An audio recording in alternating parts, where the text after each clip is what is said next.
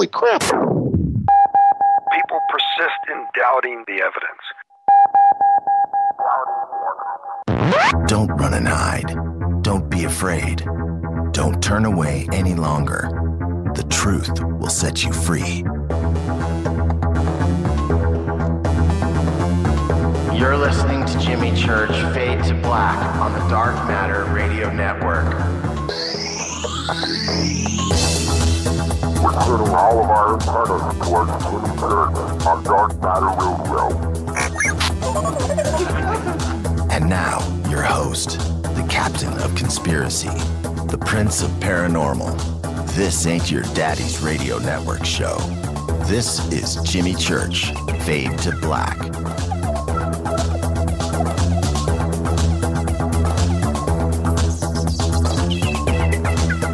All right.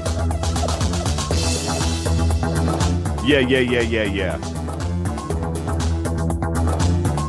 Oh, man. Fade to Black. Bespoke radio for the masses.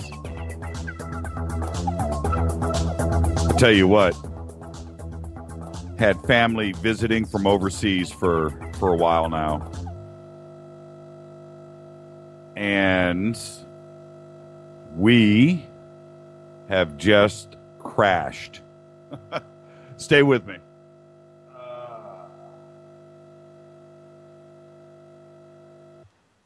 All right. I think I'm still live. We're rebooting one of the audio computers. Not a big deal. And with that, all right. Today's Wednesday. What I was just saying as the system reboots, no big deal. We're still live. Had family in from overseas for the last week or so. And, man, I'm in full recovery mode. It has been a lot of fun. And so I'll do my best to stay focused tonight.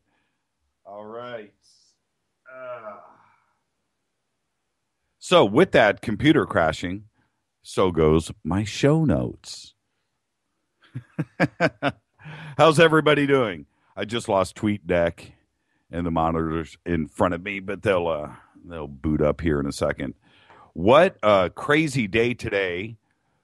So the World Cup is now set. Argentina, Germany. It was almost German on German. That would have been bizarre. But so that was a pretty exciting afternoon around here. And I don't know if you caught that, but that was cool. And a couple of other things before I get to the flow of the show and we get things cracking. I received a couple of emails. Well, no, about 10. About the Wyoming Institute of Technology, WIT. I talked about it last week on the show, and I just wanted to jump into it at the front of the show tonight because you can't trust what you read. So much out there now, people doing things for satire, for clicks, and they think it's funny, and it seems real. And I did that story last week, and I said it was satire about the RIFD chips and how WIT did research into 3,000 patients and how 1,000 of those patients had RIFD chips on their person, and they didn't know about it, and they thought maybe it was dental implants. And now I said the story was satire, it wasn't real. And it was spreading like wildfire on the net. Well, this is what happens. The website that posted that article in jest, it was humor. And I told you about the owner of the website and how he said if you can't figure it out, then you're dumb and so forth. Well, that was kind of wrong. But anyway, they put up a fake website for the Wyoming Institute of Technology, WIT. It's called witscience.org. witscience.org. And so I'm responding to these emails, and I head over and I check it out. And I'm looking at it. This is obviously funny. And the way that they've got it set up, I suppose you would look at this site and think that it's not, it's funny. But they made it look just real enough with a .org web address to make you think that it could be real. And I understand it's just in fun. But you've got to go check it out. witscience.org. The email that I got, Jimmy, no, this RF, they've really done the research. You've got to go check this out. And I responded to maybe one or two of the emails, sent them the links. Check it out, man. It's not real. You've got to go see it for yourself. And what lengths? I mean, you've got to go get the web domain, do all of the setup, get all the advertising on the page, all of the PhD online. You got to go see it. And I understand how people could be fooled. It's satire. It's supposed to be funny, and I don't find it funny, but it's crazy what people will go to get clicks for advertising. And that's what that's what it's come down to, unfortunately. All right. So I just had to get that out of the way. It was too much. It was too much. Okay. For KJCR, the Dark Matter Radio Network, I'm your host, Jimmy Church. We're live from the JP Motorsports Studios right here in Burbank, California. Today's Wednesday, July 9th. Today, by the way, guitarist Jack White, 39 years old. Dude is a full-on shredder. I respect that guy. Producer Nigel Lithgow is 65. Now, why would I put the Dancing with the Stars producer up there? Nigel Lithgow. I used to work for him. Cool guy. Real cool guy.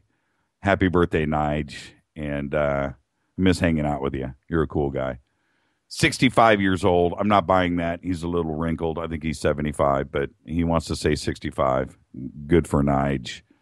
And also, today, actor Toby Kebbell is 32 years old. And this is from the sick mind of Jimmy Church. If you don't know Toby, you do know Toby. But he played roles in his groundbreaking movie was this independent film called Dead Man's Shoes. Go check that out. But he was in Prince of Persia, Sands of Time. He was in The Wrath of the Titans. He was in The Sorcerer's Apprentice. And he's in the new Dawn of the Planet of the Apes. But his best role was Guy Ritchie's Rock and Rolla as Johnny Quid. But you know what? For everybody that listens to this show, that's not what he's really famous for. No.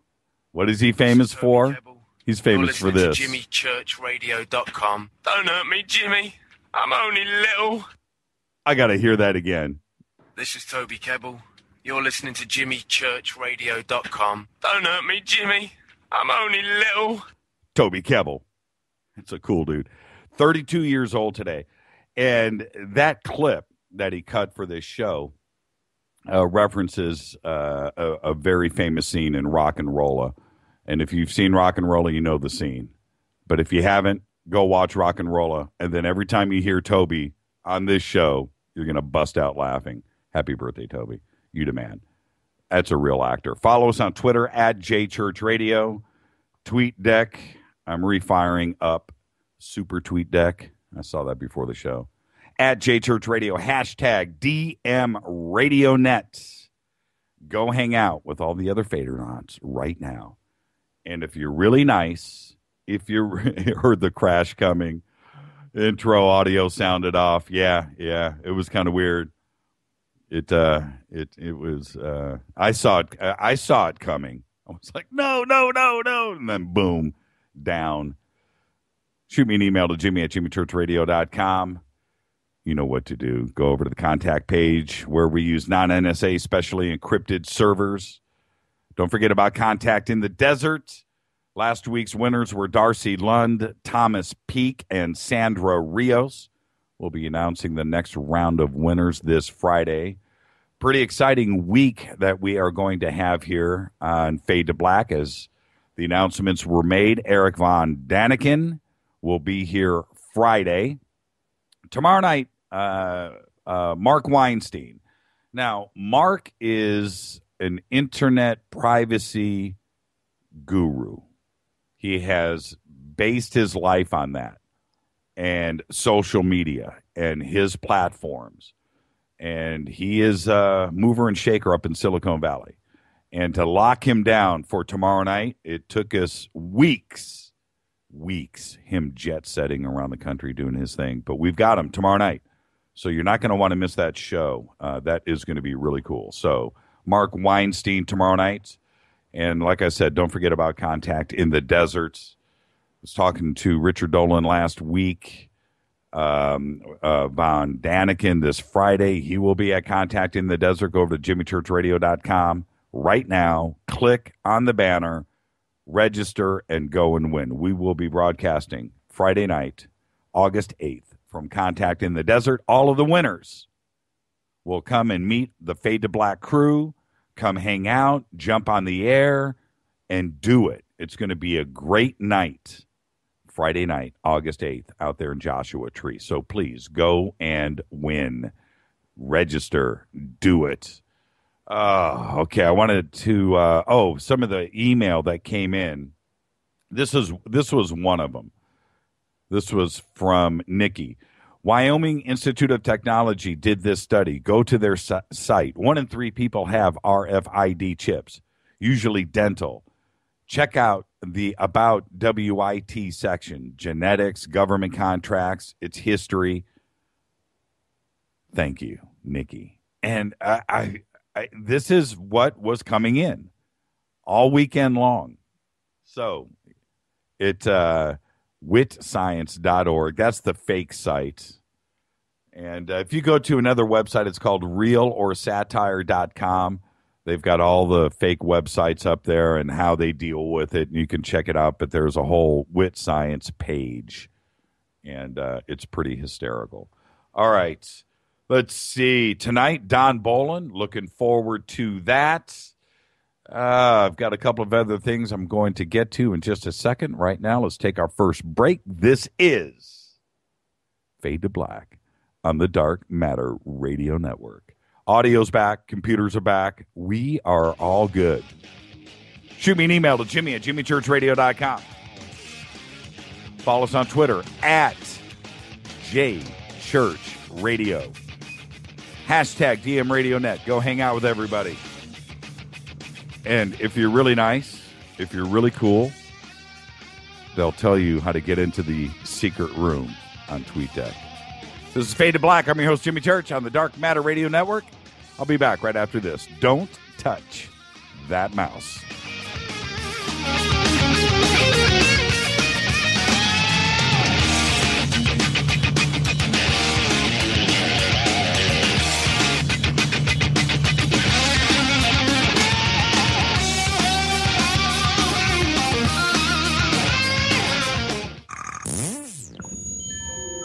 You're listening to Jimmy Church Fade to Black on the Dark Matter Radio Network.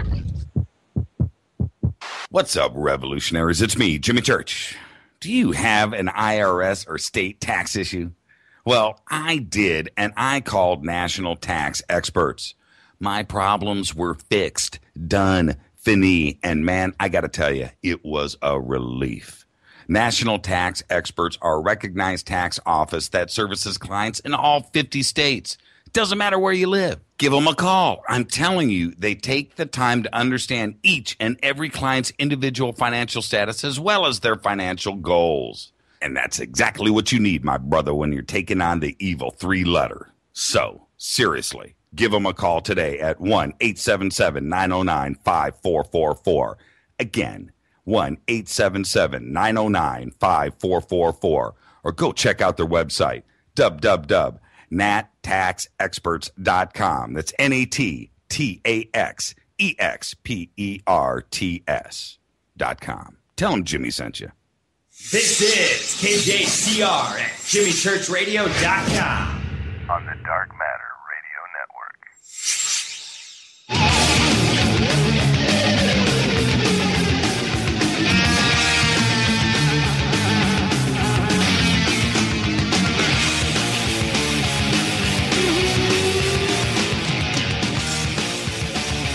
All right, everybody, welcome back. Fade to Black on the Dark Matter Radio Network. Shoot us an email right now to Jimmy at JimmyChurchRadio.com. You can also go over to the contact page, JimmyChurchRadio.com. Send it to it in confidence if you're scared.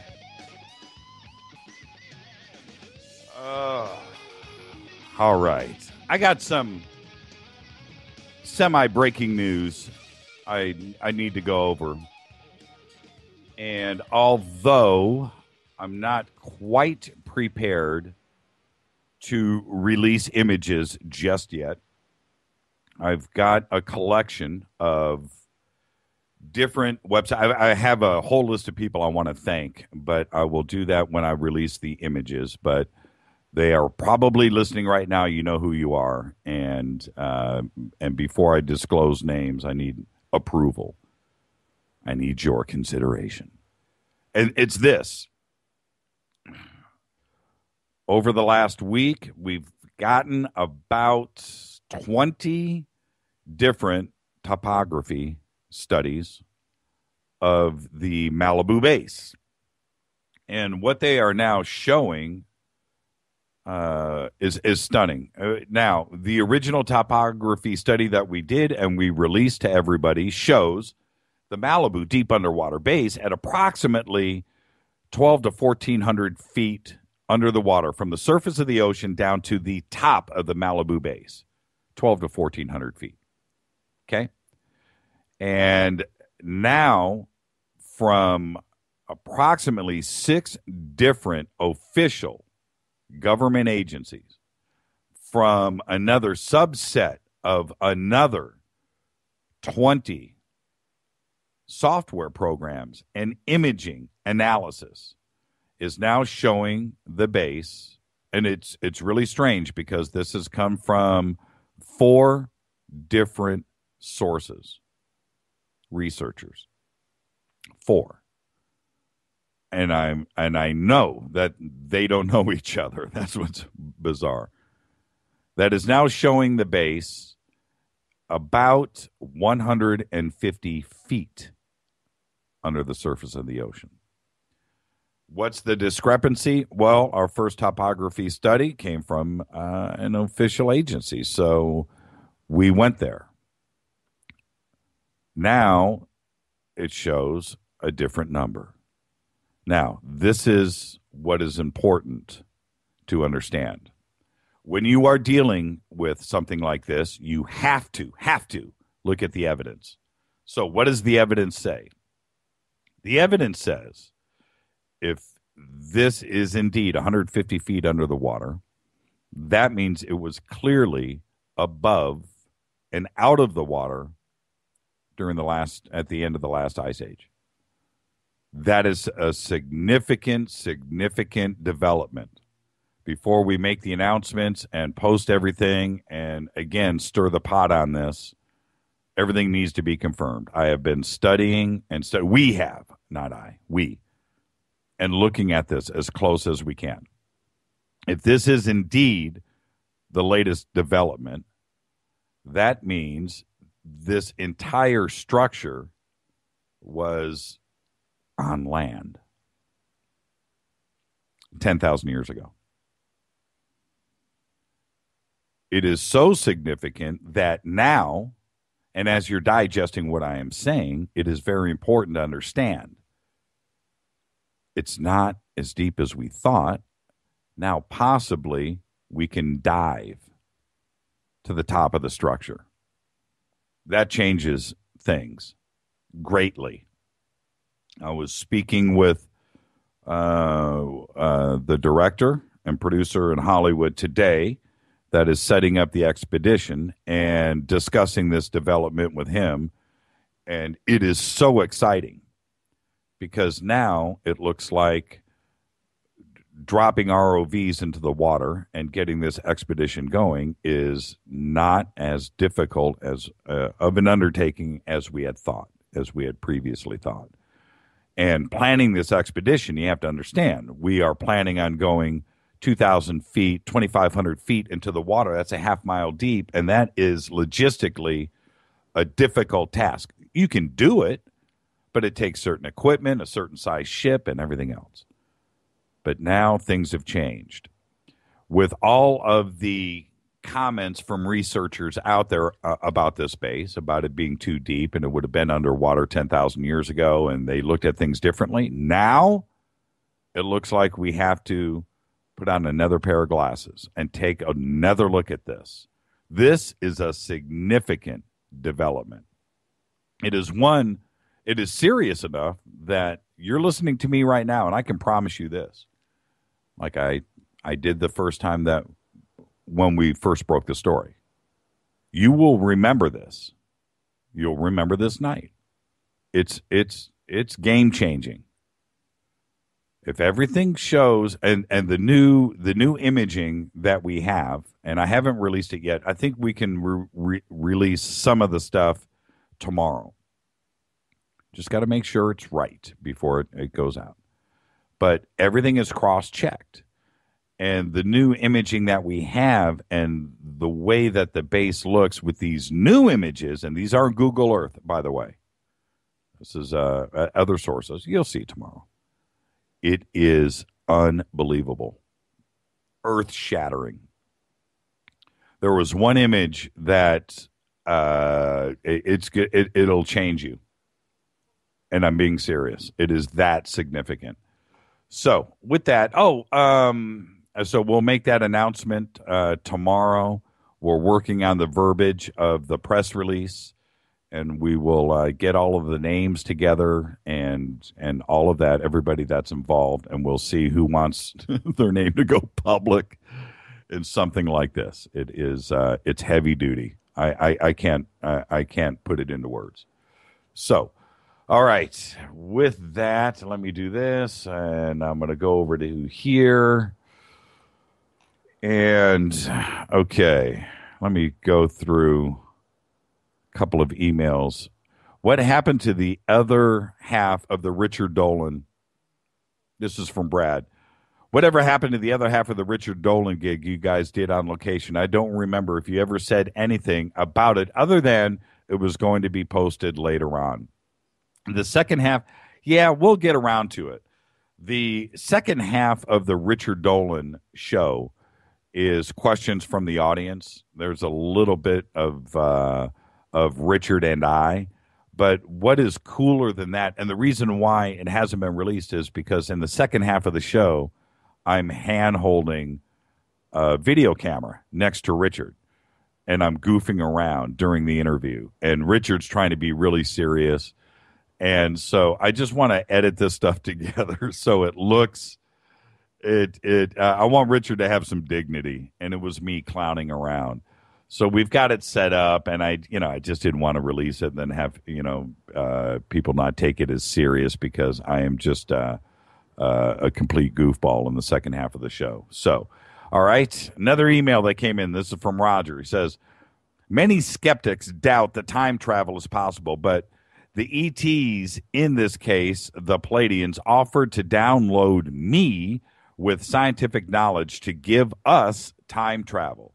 They wanted me to put information out on the internet so the right people who are scientifically minded, such as physicists and engineers, could make sense of it and piece it together. But I declined the offer because I didn't know how I could do it safely and protect myself. So I just laugh at these fools who think time travel is a joke. If I would have done what these ETs suggested, the government would have come after me for sure. I politely declined their offer. This is another reason why I know time travel is not only possible, but that it's not that far off in our future. This is totally separate from the John Teeter encounter and has nothing to do with it. I don't know what the government knows about time travel because I never worked for them or any other governmental he's misspelled it, governmental agency. I would also like to state that very clearly that I am not John Teeter, so don't get confused. I love that. Totally with that. Roger, we're going to get you on the show again. All right. Let's flip over to TweetDeck really quick. Yes. The answer is yes. Tomorrow. It is significant. It's heavy. So that's yes to everybody here that's tweeting. It's that significant. When you see the new images of the Malibu deep underwater base. Oh, by the way, got an email this week that said we're doing this Malibu thing. I talk about it too much, and we're doing it for ratings. No, hardly so. And this guy's name was Roger too. That actually sent. That was his last name. And I will just say this to everybody out there: you have to understand. And if you listen to this show every single day that we are on, you already understand. If we didn't talk about it, that's worse. If we didn't release the information, that's worse. If I would have sat on it, nobody would have known. And then this new research that has just come in showing this new depth analysis being at 150 feet, that would have never happened. And nobody would have ever known. So no, we will speak about it until we figure out what it is. And that's it. All right. You know what? I'm ready to get Don Boland in here. We got a great week. Man, what a week. Going to wrap it up with Eric Von Daniken. Oh, you know what? I'm going to do this. I'm going to announce this now. Everybody sitting down. Next Friday on this show, John B. Wells. That's right. And you know why I'm going to announce it now? First off, it's cool. I will be on John's show later on in the month. But next week, next Friday, John's coming in here. Now, I don't announce any guest on this show until Monday. That's the way that it is, because that other show that John B. used to work for would just love to mess with us. And they have, and they booked our guests from out underneath us. So that's why we don't announce anything till Monday morning, so that they've got their week set, I've got my week set, and they can't go and mess things up. All right? But John B. will never be on that show. I'm doing my best John B. right now. John B. So John B. Wells next Friday right here on Fade to Black for the full show. And I just can't wait. So that's it. And I just, I had to get that off my chest. Pretty cool, huh? John B. next Friday.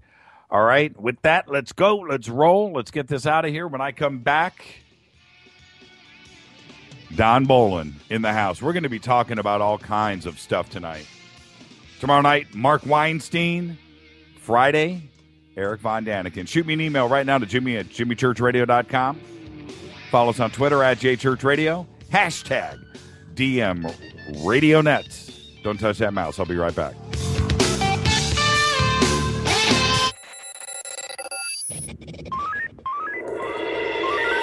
Way out here, we listen to Jimmy Church on the Dark Matter Radio Network.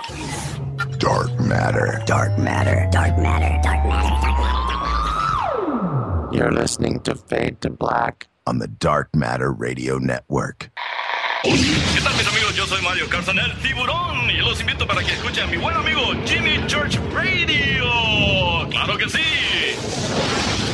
Oi, I'm Reese Evans. You're listening to Jimmy Church. This is Revolution. The revolution will not be televised. The revolution is on radio. Ciao.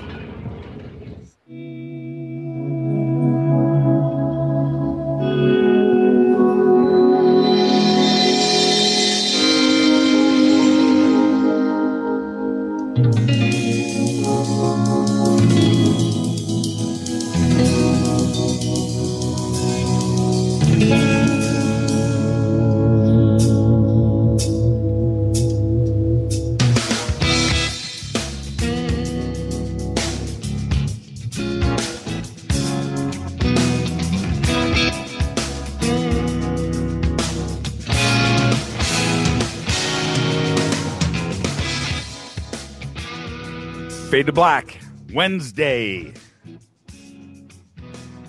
How you doing? On the Dark Matter Radio Network. Let's get this one cracking. I'm your host, Jimmy Church. This is Bespoke Radio for the masses. Let's get this going. I just want to jump into it.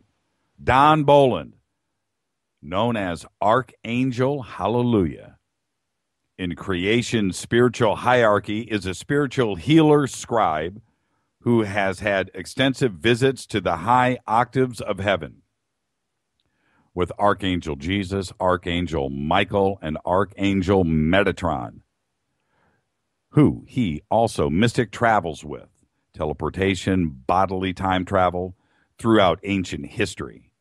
From 2007 to 2010, he oversaw the removal of hundreds of millions of dark night alien groups from their near underground military barracks, which recent satellite footage of Point Doom in Malibu, the underwater base, is one of. Mr. Boland's book, God's Hidden Mysteries, Volume 1, details his experiences visiting countless underworld realms. Harry Potter realms, the Land of Oz, Tron facilities, Middle-earth, from the Lord of the Rings films, and Hollow Earth, Crystal Cities. His book contains hilarious spiritual channelings from top actors and comedians on their past lives as miracle workers and cosmic Christ comedians who exposed others to white grace light laughter, healing their souls in the divine. I would like to welcome to the program right now, Don Bolan. Don, how are you, sir? Excellent, Jimmy. Hello, how are you doing? Everything is good. Everything's real good. And so you were saying you're battling some weird thunderstorms out there right before the show. Is everything okay? Oh, yeah. When you're familiar with this, I know, from exposing so much truth that you do on your show. And just, whenever you're getting ready to, whenever you're doing God's will, explaining and opening doors up about healing and what the Christ consciousness is, and getting into aliens, talking about groups that have been, what God's guided me to tell people is so mind-boggling. It's so outside of the box of traditional thinking that it causes a reaction from the lower inner planes. The inner planes being where people cross over once they pass on from this realm. And in that realm, there's still groups, they're dark-based thinking, ego-based thinking people, but they have technologies and an interest in holding the planet back. And they're known as the Dark Brotherhood. But at this point, the Dark Brotherhood is so minimized and contained, they're ineffective at carrying out any kind of destruction against a person, which is part of my story from 2007 to 2010, which we'll obviously cover. But in terms of weather, this is where the Dark Brotherhood also being as a category, a biblical category, it's the devil, Satan, and Lucifer. It's these different beings that align with that current, and it's antimatter technology that they use, and they're able to create an instant thunderstorm.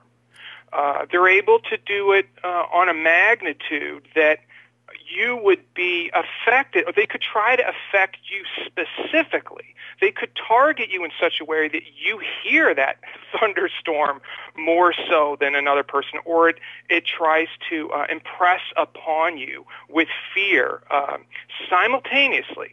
So all of these kinds of things, I'm used to. In some cases, if I have a healing session with a person, I do a lot of healing sessions over the phone, and I'll explain to a person I'll explain to them things that would help them see heaven in this life, meet Jesus in person, or at least have an out-of-body experience, or interact with loved ones from the other side in their sleep, and so forth. And that would beget, in some cases, a targeted response from certain dark realms if that person was really sincere on the path, and in right almost at the point of a vast, amazing breakthrough.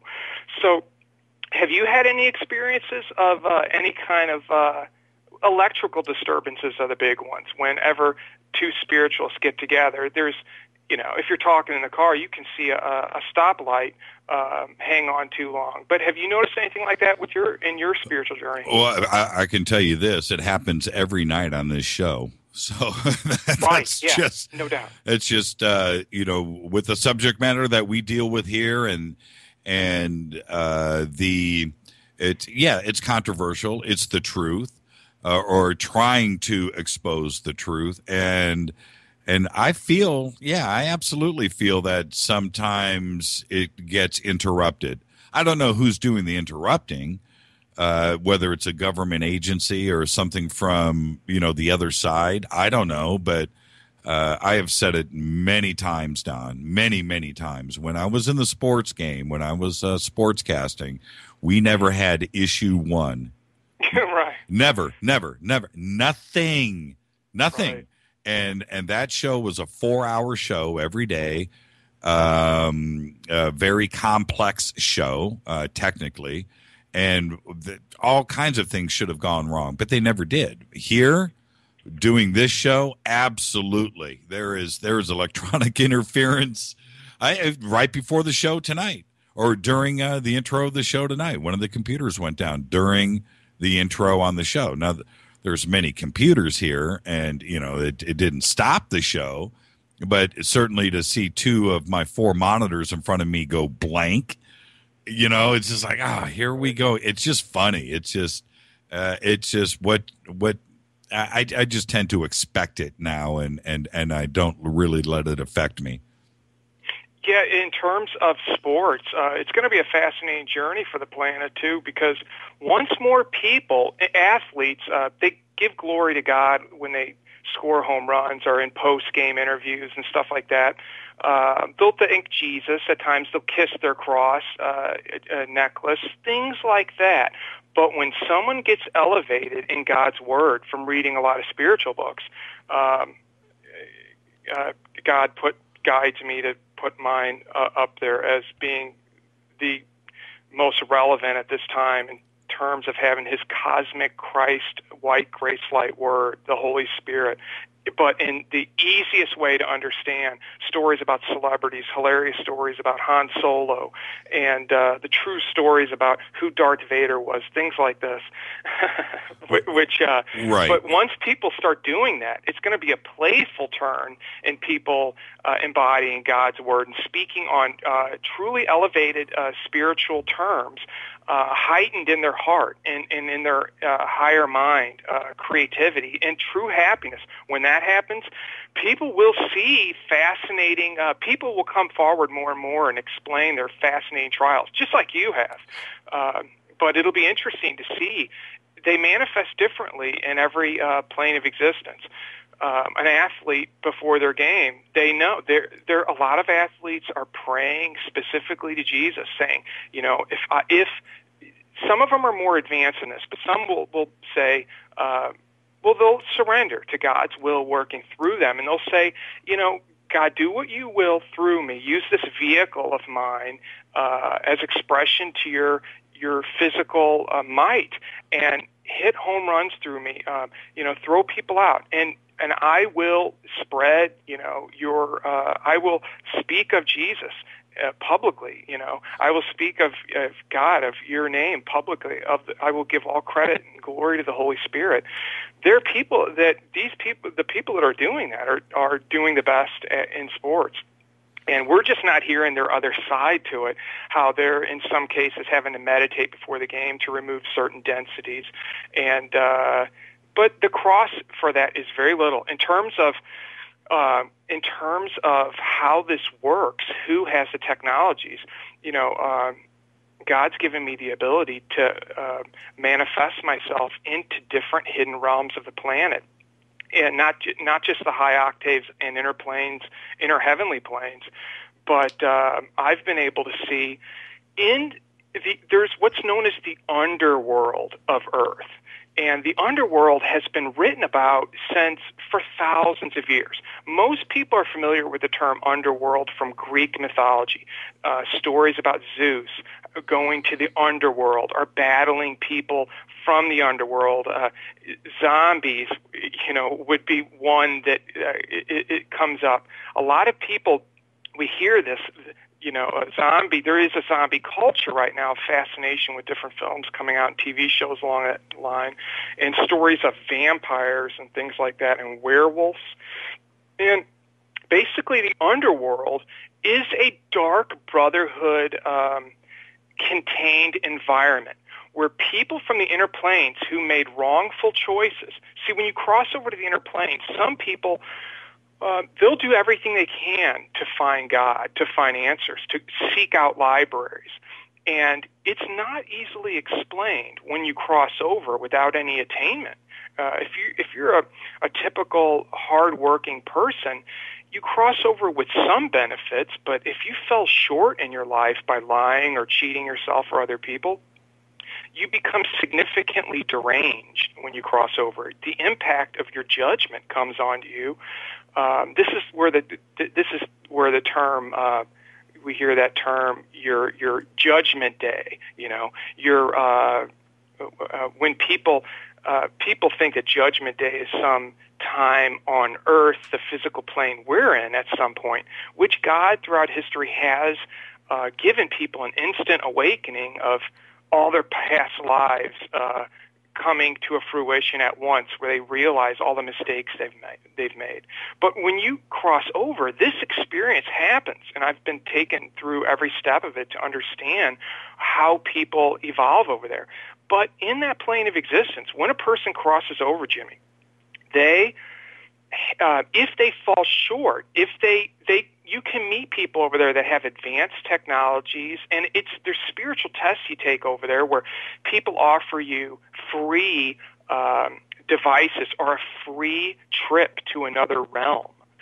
Or they offer you drug use. There's drugs in certain cases over there. There's which leads to false enlightenment. There's all these ways in which a person has to carry a dark cross, where by making these choices, they're instantly set to reincarnate again. And so now they forfeited their inner plane experience, and through not seeking out any teachings on Jesus or praying or going to God or meditating, nothing. They've done nothing. They've aligned themselves with the dark path. In certain cases, they've befriended people who are former felons, and they're hanging out with people that were murderers and people that have had significant time in lower purgatory realms, and in some cases hell dimensions. Now they're meeting these people and trying to understand their path more and getting a little too close to dark groups. Well, anyway, that person, since they're so fascinated with darkness on some level, they contaminate themselves a martyr, and they suffer a decline in health over there.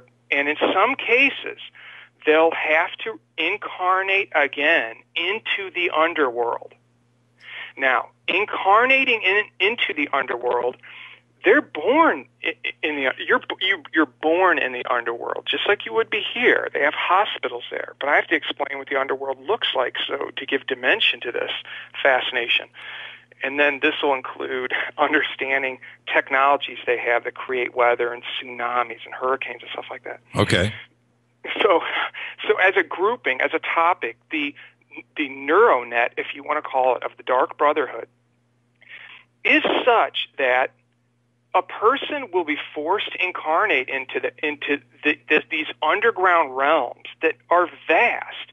They have, in some cases, they have train wreck cities in them, railroad car cities that are old. Some of them are 50,000 years old with buildings still standing, and they have news coverage similar to the surface, and they have crime widespread. They have massive drug use.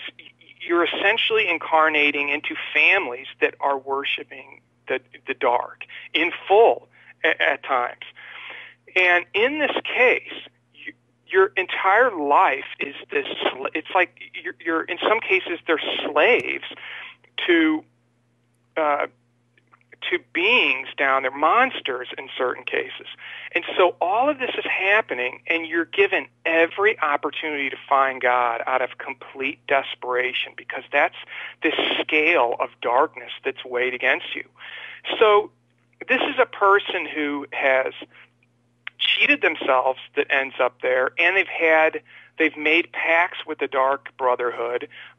In some cases, they've swore to work for the Dark Brotherhood. They've sold themselves short, sold their souls in some aspect, which can be measured in the inner planes as an atomic level of deceit. They've sold themselves short to Satan, essentially, and they come back in this world, in some cases, as politicians, as movie stars. They maybe have a high-level, prolific job, and these people, in some cases, are also born in the dark underworld, but they have some degree of benefits. So there's different levels of people in all different scales, from poverty to wealth, that are born in the Dark Brotherhood underworld realms. But they're given a dark cross and a sickness for that realm. They want nothing more than to get away from dark magic and Harry Potter realms that exist down there. They hate it. They want to get away from it because they're suffocated with a nonstop annoyance about how their life is controlled by this satanic force. They can't do anything about it. They don't come out and tell anyone their secret. In some cases, they're promoted forward in life, but if they don't make a shift to get off of that path and do everything to find God, in some cases, they're taken on a journey, which possibly God will guide me to open up to in a little bit here. But just for where we're at right now with it, there's all these different groups, which a lot of Earth's ancient secret societies and modern Freemasonry all funnel into. Collectively, people know of it as the Illuminati, which is governed or controlled or overshadowed by the inner plane Dark Brotherhood. So as a unit, it's a bunch of miserable people in a false hierarchy of true horned beings at times. This is how they look when they gain dark attainment. God gives them ugly, awful-looking manifestations. In some cases, their ears fall off. Their skin starts to bubble and deteriorate. And throughout the Middle Ages, he would kick them out onto the surface of the planet where they were the zombies. They were so sensitive to they were so fearful and so sensitive to the wind touching their skin. It felt like they were being attacked by demons, so they would wrap themselves in cloth, which became tissue paper. And I detail all this in my book, Dr. Phil. Let me jump in there really quick. In this underworld that some are born into, how do they know that? Like, I'm looking at myself, and I'm pretty sure I wasn't born into an underworld. You know, I don't see the connection for myself. So a lot of us haven't. But how do you know that you were born into that underworld and you're connected to it? How do you know this? How do you realize this? Yes. So a person that's born there grows up in a city that practices witchcraft and practices dark night magic. And this is antimatter. It's similar to miracles that a cosmic Christ, that a saint, that Jesus did. Similar to certain miracles. They can manifest food in some cases, soup. They can make items hot and cold instantly through this magic. There's a magic net in this realm. So they grow up in this reality, and the sky in some cases is dark there. Oh, incidentally, these dark realms, these underworld realms, some of them have a 30,000-foot high artificial ceiling, you could call it, or artificial sky. In some cases, these skies are very beautiful. Now, it's not just dark realms under there. By the way, this is the most amazing thing you could ever see. Even as a spiritual person in the Holy Spirit, God would let anybody tour these areas once they're protected because of how unbelievable dynamically fallen creation is on a planet like Earth. Not every planet has an underworld, but as a child growing up there, you would have some stasis, some internal understanding that your life is normal. But at some point, usually once you're able to speak, when you're at least when you're a few years old, you understand that there's a surface world Earth where people live. And no different than the Harry Potter stories, which the Harry Potter stories are based on the true realms of Harry Potter. These are nice realms. It's dark glory realms. In some cases, they're holy, but just in a darker way. The people there, they study in magic schools, which it's called gray magic in some cases. It's in between. It's not necessarily... they're praying to God and they're praying to Jesus and they're still learning magic along the way. It's almost well, anyway, in this environment, they can enter the physical world through portals that they have. And on a planet like Earth has had a riddled history with the underworld. Whenever Elijah came here, Elijah removed the underworld. Jesus removed the underworld. But new people in creation that are filled with anger and hate, it's different kinds of darkness. They're impelled to incarnate in this realm and overcome darkness and renunciate from it in full. But as they grow up, they're able to enter society, walk into society through the this is near the surface now. Underneath the surface, there's massive amounts of transit systems that at some point all this stuff becomes a tourist attraction to the whole world, and we laugh about it. And we laugh about how there's been this amazing world God has set up, which is converting former criminals into holy people, and they're spending their former heavenly attainment in the process by having the ability to even explore some of these hidden realms. So simultaneously, they're inching themselves forward actually on the spiritual path in most cases. But a child growing up in this realm cannot believe how different their life is compared to people on the surface.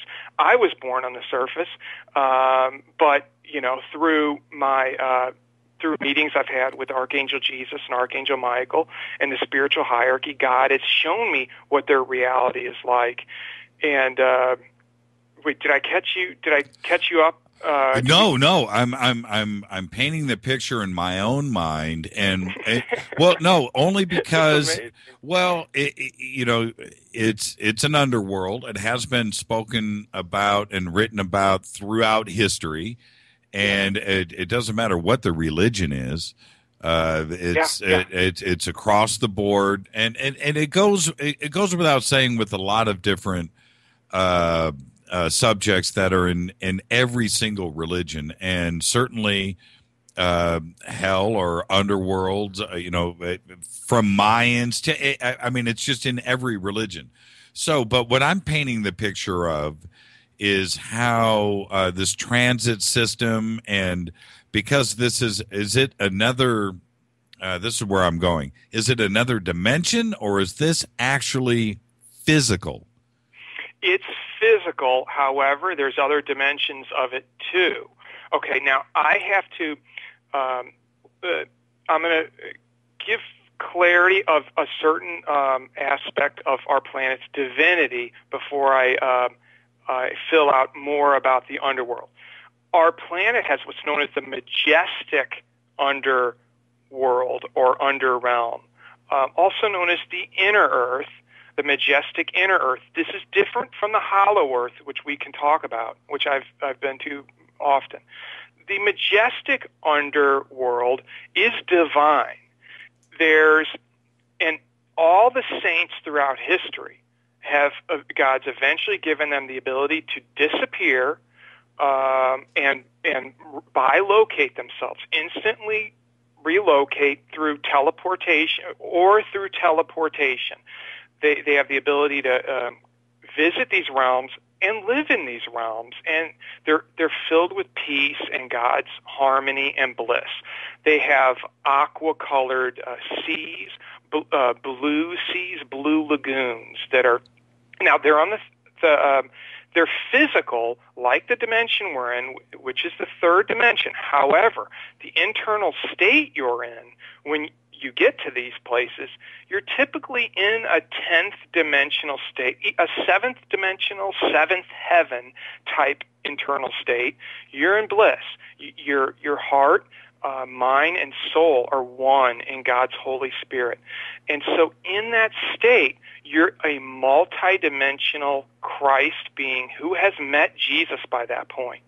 And you know what the underworld realm is. You've been tested by dark beings in your life, no different than Jesus was tested by Satan in the Bible, no different than Moses was tested by Satan in certain Bibles. It still mentions these in older Hebrew Bibles. But so the majestic underworld has many different dimensions and many higher realms to it. So in terms of the majestic realm compared to the dark underworld realm and the gray area underworld realm, the planet's much more divine than anything dark about it. So God's given me, he's allowed me to express these details. He wants everyone to know what his keynotes are for, like musical notes, where the planet's at. It's in a beautiful place. There's so many glorious realms, and these dark realms are like little fascinating places that he's completely removed all countless dark beings through Archangel Michael, through Archangel Jesus, and my humble self. And so that's something which I explain in the book, in my book series, God's Hidden Mysteries, Volume 1 through 7. But it okay. Well, let me just say this before we go to break. Yeah, sounds to me like the dark realm is a lot more fun than the light realm. Well, and it's kind of like, do you want to go to the nightclub that is a little bit more hip, or do you want to go to Disney World? It's kind of like that. And right. I do. If I'm going to a movie, I want to go see something that is going to take me somewhere else. I don't necessarily need to go and go see Mary Poppins or something else, a happy movie, and what you're describing to me sounds kind of cool. I wouldn't mind going to visit at least once. And with that, when we come back, and I'm not making light of this, I'm just saying, no. I'm just saying, if we're going to go visit, well, I would spend more time on the dark side.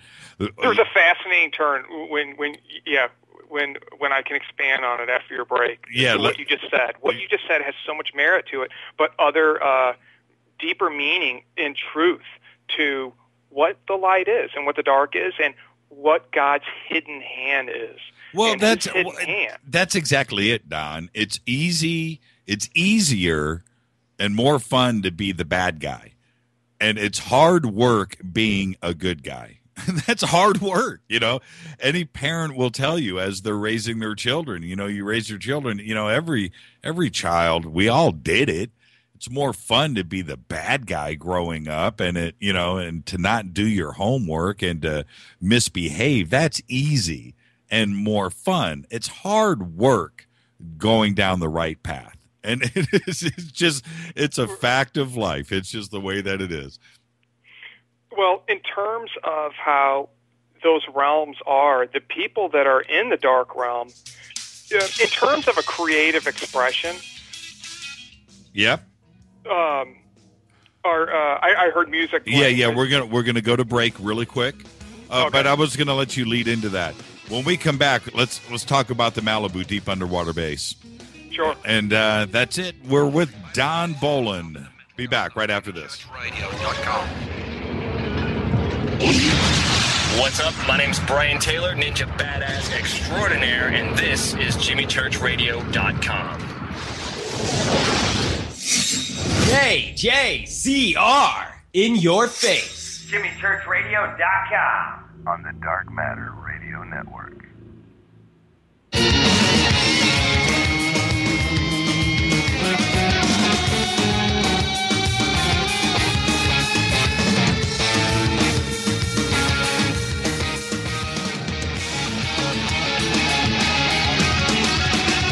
All right, Fade to Black, bespoke radio for the masses, Wednesday edition. That's for Bell Gab. I'm your host, Jimmy Church, on the Dark Matter Radio Network, talking with Don Bolan about the underworlds. And Don, right before the break, I mentioned that I wanted to talk about the Malibu underwater base because you have been there.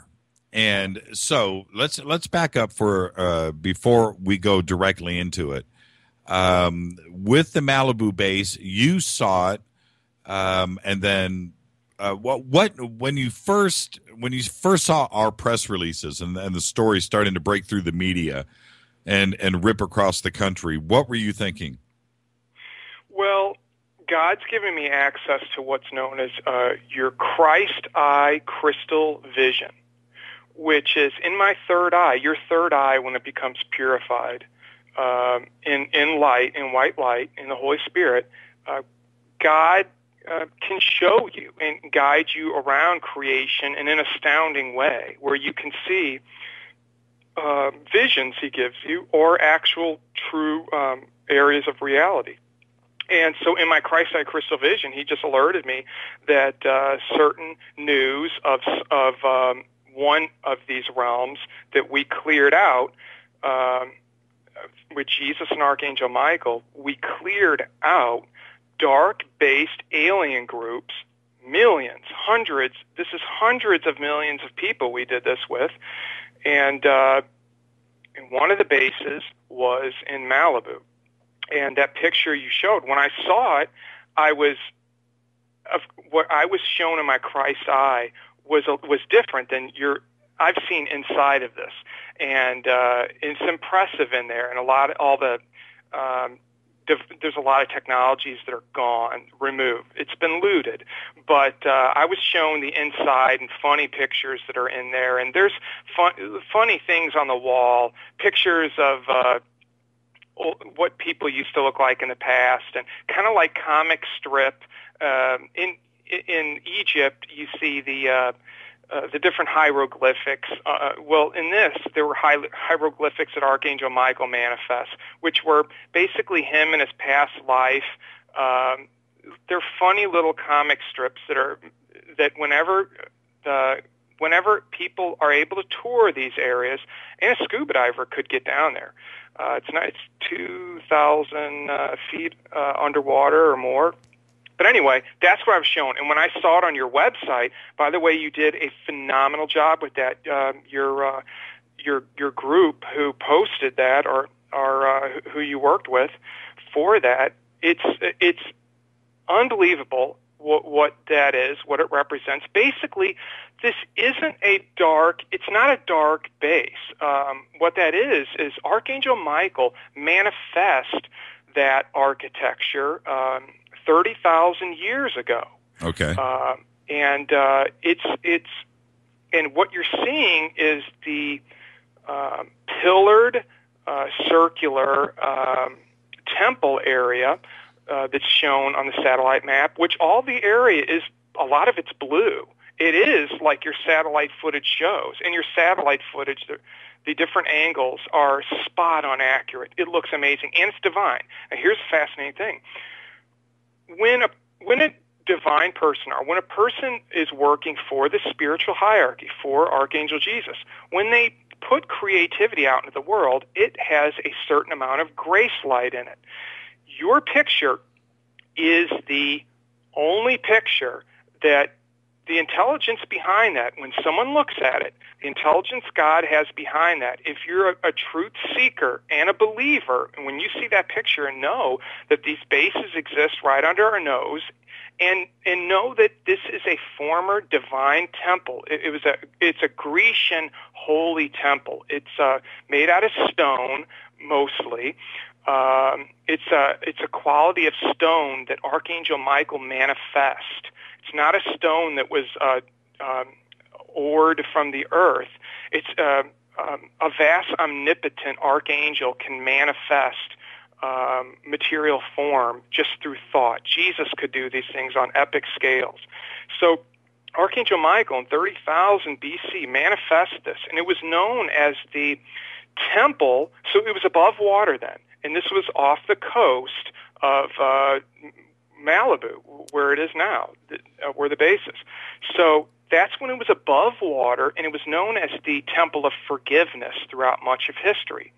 And the Temple of Forgiveness contained one of Archangel Michael's white fire and blue fire flames of the Holy Spirit, which we have the Olympics now, which we have the ever-burning flame, which is it's sizable, what burns during the Olympic Games. Right. Well, back then they had what were known as the God's Great Flames, or Flames of Ascension.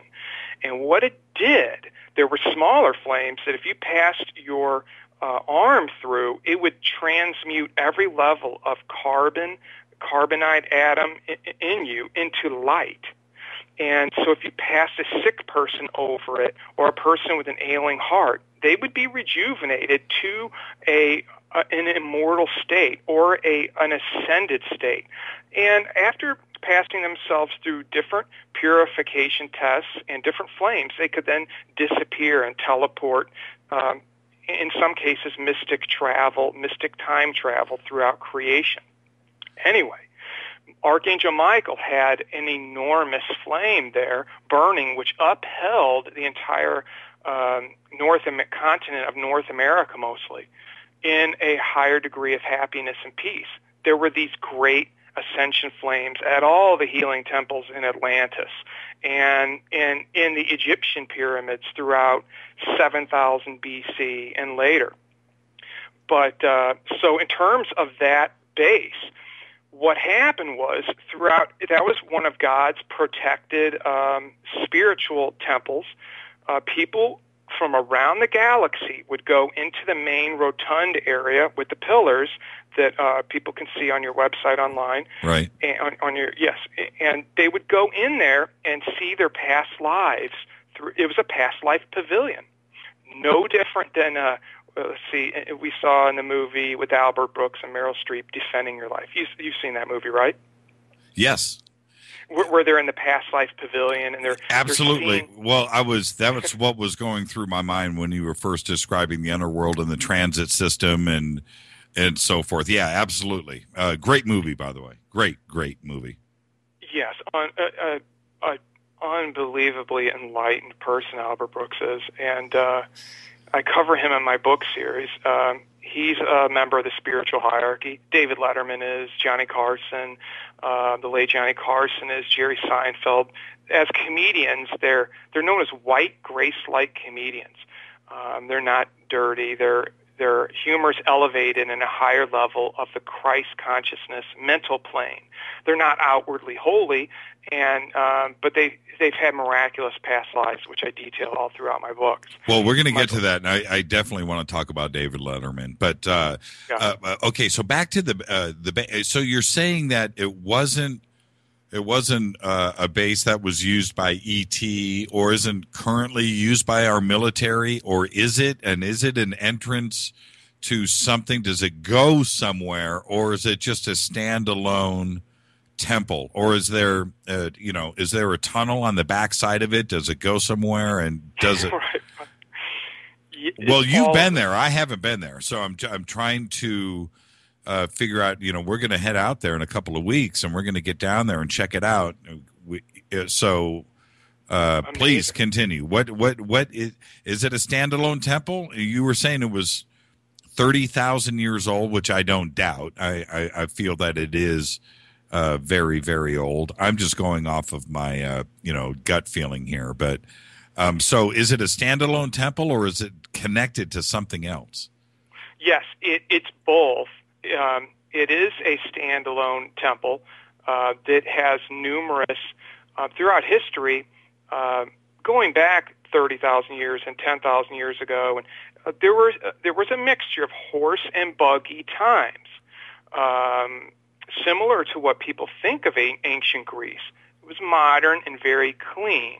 The use of the colors light blue and white were definitely widespread. People had a holy focus. However, through different bombardments the planet went through, off and on, the planet built itself up to relationships with other planets in exchanges of technologies. So even during horse and buggy times, the planet had spacecrafts, Vimana ships, they were known in ancient India in 3000 BC.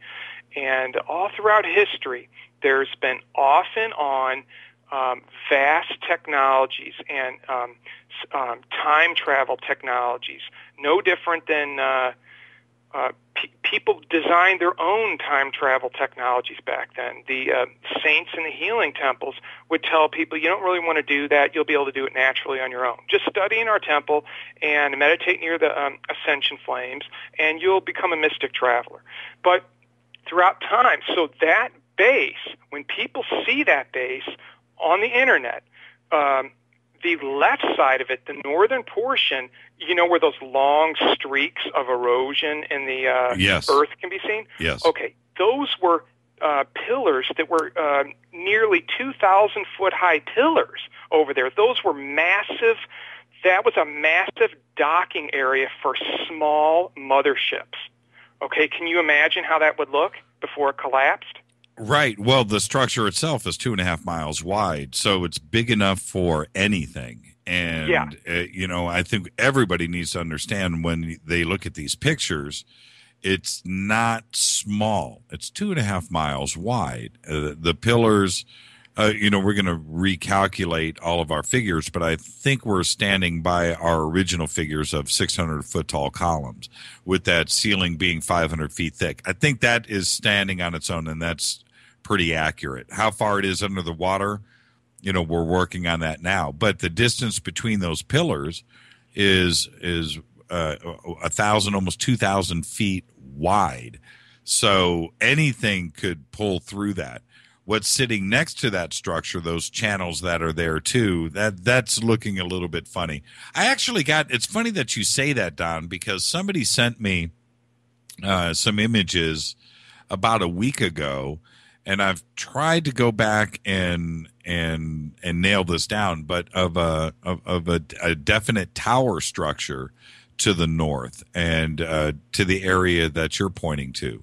And I find that interesting. So as soon as we clarify that and we get some better imagery, I might actually publish that. But it's right in the area in those channels that you're speaking of. Yeah, there were different.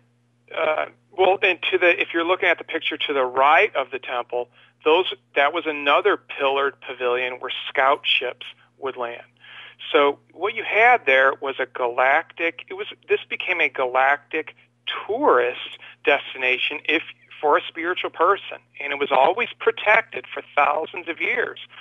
And but after, now the whole goal of the spiritual path throughout history was always to ascend yourself through meditation, and a person would raise their spiritual consciousness, positive protons in their atomic structure to the point where they were one with light, the Holy Spirit light. And in that place, they would disappear, just like Jesus did after raising his body from the dead. They would disappear or ascend to heaven. So they didn't die a physical death. They transferred themselves as an energy consciousness to the higher planes of existence, where they could come and go from the earth at will. So all throughout history, and that's where God's taking this planet. That's where going in terms of everyone understanding those teachings. But anyway, in relation to that base, when enough people ascended themselves and Archangel Michael's time with the earth expired, Archangel Michael taught on this planet in great deal around 7000 BC and all throughout different times of history and even the Middle Ages to different groups through mystic travel, bodily time travel. But when his presence left that healing temple, this happens all throughout creation. Certain people used it and moved into it and made it their home. People, and this is what, there are people on other planets that a lot of times they're kids and their parents have sophisticated time travel or just sophisticated technology, spaceship technology, and they visit planets that have just been abandoned due to weather extremes or, in some case, takeovers by other worlds, and they move into the areas that are really nice, and in some cases, it's subterranean temples. Well, this temple has had so many different groups back and forth throughout history living there, but as of in the 19 different dark-based groups have lived in there in the last century in some cases through. Now, as you were mentioning or asking about entering into the main pavilion area, there were all different routes a person could get to go into other areas of the planet, near underwater, near underground bases. All across the United States, there's these bases. Some are intact, but all of the beings have been removed from them. And why were they? Yeah, I wanted to get to that too. Why were they removed? And were you involved with that? And what happened? Well, let's start there because I have about 5 other questions that I need to get to about the Malibu base. But why were they removed? Yes. So the planet as a whole, our planet falls into it was in a weakness category with itself, in that no one had when people on the surface of a planet don't live in a truthful and honest place, which happens. It just happens when people evolve out of the Dark Ages. People are repressed. They tend to be more introverted, and the planet people grow out of that negative habit. But when people are in that place, the planet's said to be bruised. It's said to be martyring itself. And Earth's had a problem off and on with its energy field being low enough that God's law actually allows for certain levels of contamination. It's to the planet, which it's never really so obvious that it's disturbing to the eye necessarily, but it would be such that negative alien groups come to Earth and are able to find out where silver is underground or gold or diamond mines. And they're able to find these areas through certain technologies, and these beings, these races, are not necessarily welcomed on other planets. Other planets have laws of who can be in their world. And when everyone's on the same page in prayer, planets are in a place where they can't be compromised. God's law is essentially the massive amount of intelligence of right and wrong and what a planet's doing on a deserving level. He won't allow negative terrestrials to hole up in underground realms and use technologies to suppress truth and to suppress to attack spiritual people or make life a struggle and more difficult. So these negative groups, most people know of them as the gray aliens, as the reptilian aliens, which the Anunnaki is the blanket term for what all the reptilians were known as. The Anunnaki, they came from other planets, And so the Anunnaki, as the reptilian beings and the gray beings, were the most hostile. And as a smaller group, the reptilians, the really dark ones, there were about 300,000 of them in a base known as the Darrow's Caves, 350 miles beneath Australia. And Australia throughout history was one of the greatest places to live, just like the United States, which incidentally it was known as the United States all different times throughout history. State names and country names have been used off and on for billions of years, the same names.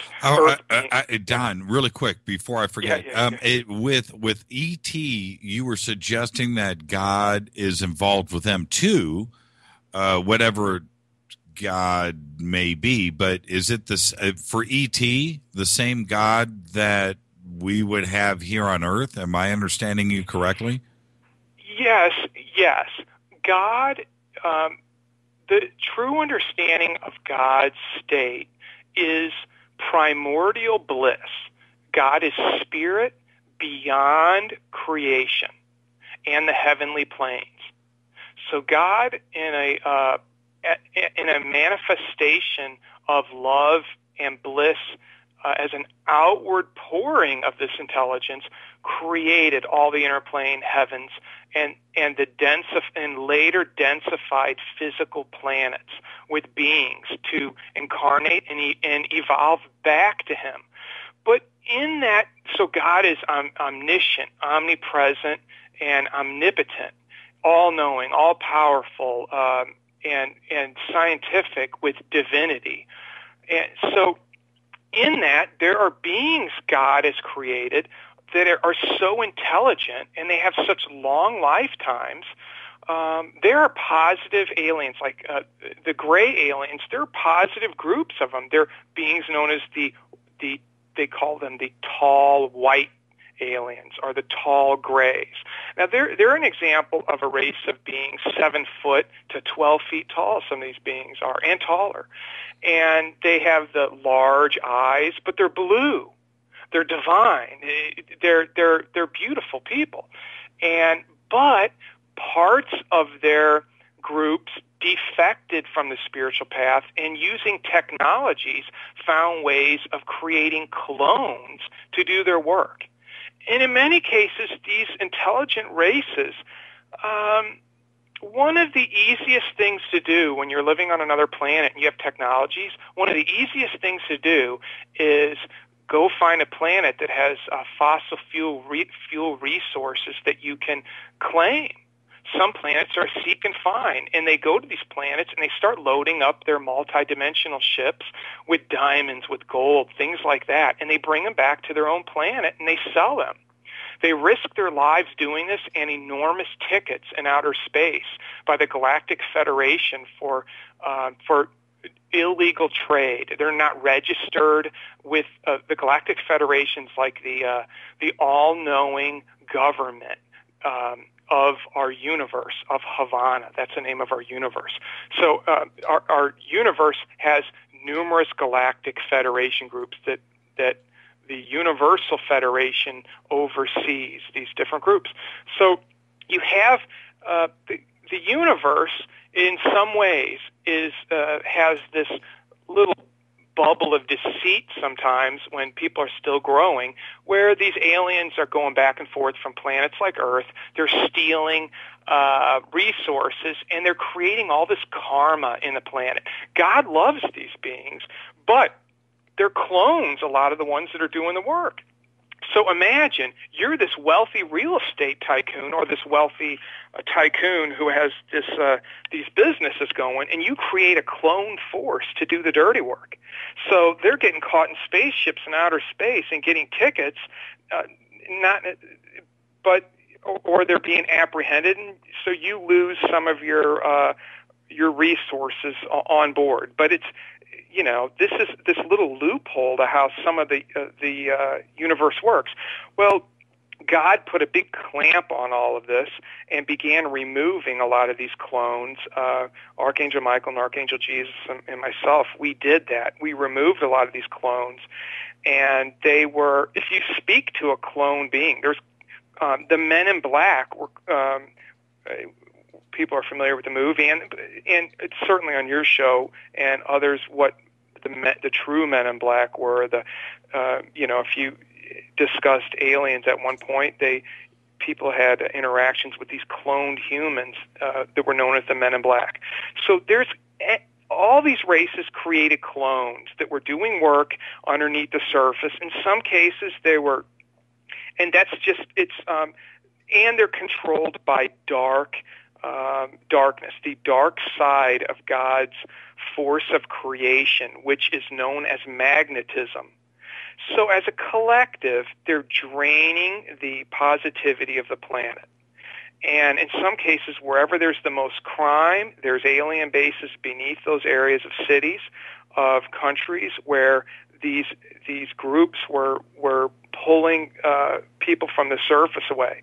God has not allowed anyone to know his full truth on aliens. At any given time, they could walk right into the world and blow on a trumpet horn and start showing their abilities through their technologies, and they could certainly do that, but they were controlled in such a way by demonic forces that no longer exist. So, but in getting them off of the planet, what that does is it returns the planet back to a healthy state where a person can earn their ascension. People are going to understand these on a global level and be fully awake. They're going to understand how to pray and meditate and essentially ascend yourself, so when you cross over, you can go to heaven and not purgatory and hell realms. But by doing so, the planet will understand it's people are going to be healing the planet at the same time as they're healing themselves, and that's known as ascending the planet from an honest place. When there's dark alien groups underneath the planet, it's you could say God's law. God is truth and love, and He's not going to have a planet ascending itself while He has dark beings that are subversively holding the planet back. Everything's going to be known by everybody, and people in the government are not going to care about telling their truths about some of this stuff. It's all hilarious anyway, mostly. Did that answer part of that? Yeah, and I have the same feelings. I've said it on the show many times that all of us, humanity, we're just maturing. Right now, we're like I feel like we're about 18, 19 years old in the maturity scale. Now we're starting to grow up a little bit, and we're starting to find out that there's more to life. When you're 8, 9 years old, you do stupid things. 10 years old, you just dumb things, and you don't understand things. And there's always the bully on the playground, and that's kind of what humanity has gone through over the centuries. Now we're starting to grow up a little bit, and I really feel that things will always tend to get better and better and better and better. There's less and less needs for armies, and there's no reason for England or France or Germany or any country to have armies. You're not going to invade anything anymore. That kind of stuff is over with. At least that's the way that I feel. I can't wait till John B. Wells is on the show next week. We'll definitely go toe to toe on that subject. But I feel that we're just growing up, and we're getting wiser, and we're getting smarter, and I that's the way that I feel. And I don't want to say that it's all kumbaya and we're running through the roses holding hands and singing and dancing with fairies. That's not what I'm saying at all. But I do think that we're just growing up, we're maturing, and that's the way that I feel. So yeah, I agree with you. I'm totally hip, man. Yeah, when people, the everybody's on the spiritual path or the spiritual journey, whether they realize it or not. In many cases, so the idea that people have of a holier-than-thou placement is because of God's very direct way of working through certain Christian saints, and not just in Christianity, but all religions. He can only work through someone as much as their ability to open up to his and surrender to his guidance. So what you have are a lot of people that make it seem like the spiritual path is this very difficult, give everything to the poor type of journey. And it's not. It's not a join up with a monastery journey either, once it's understood correctly. I highlight all this in my book. Someone like, all of these, the spiritual journey it's such that it's all the happiness and fun that you have with your friends and loved ones already, but it's without the sadness. It's without the guilt. It's without the fear or lack of understanding of where your choices are leading in life. Once you understand how the inner planes work, what it takes to get to the seventh heaven, where you don't have a job anymore, your schedule is tourist destinations to planets that you go and have fun on, that you can manifest yourself in a glorified body of light with a metabolism that God gives you, where you can eat as much as you want. That's all we do, is eat ice cream on the inner planes in the heavens. We eat ice cream and eat chocolate, and we have 10 meals in a day or in a sitting. It doesn't matter. We explore realms where the people are 2 miles tall. Don, I do that now. Have you seen my Facebook page? No, I have no doubt you're a miraculous being. I'm saying you're humbling yourself for the beginning of your spiritual dispensation. What's your Facebook? Well, I'm just saying chocolate and ice cream and 10 meals a day. That's exactly what I'm about. I guess I'm already there. Hey, listen, let's take another quick break. When we come back, I want to set the tables for a couple of things. One, I've got Rick says on Twitter, he says, ask Don about the Brotherhood of the Serpent that was created in the time of the Anunnaki. So digest that, and also when we come back, I want to ask you how old our Earth is, and that's very important to me. So that's it. That's what we're going to talk about when we come back. We are with Don Bolan. This is Fade to Black on the Dark Matter Radio Network. I'm your host, Jimmy Church. Fade to Black. Bespoke radio for the masses. We'll be back right after this. Stay with us, everybody.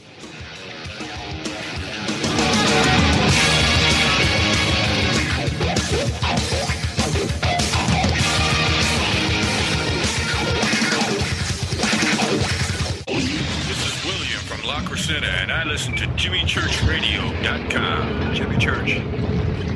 My name is Alan, and I listen to JimmyChurchRadio.com. He's always giving it to you straight. JimmyChurchRadio.com. On the Dark Matter Radio Network. Hi, this is Rob Reiner from Anvil, and you're listening to JimmyChurchRadio.com. What's up? I'm Chris. What up? This is Kyle Massey, and you're listening to Jimmy Church Radio, The Revolution.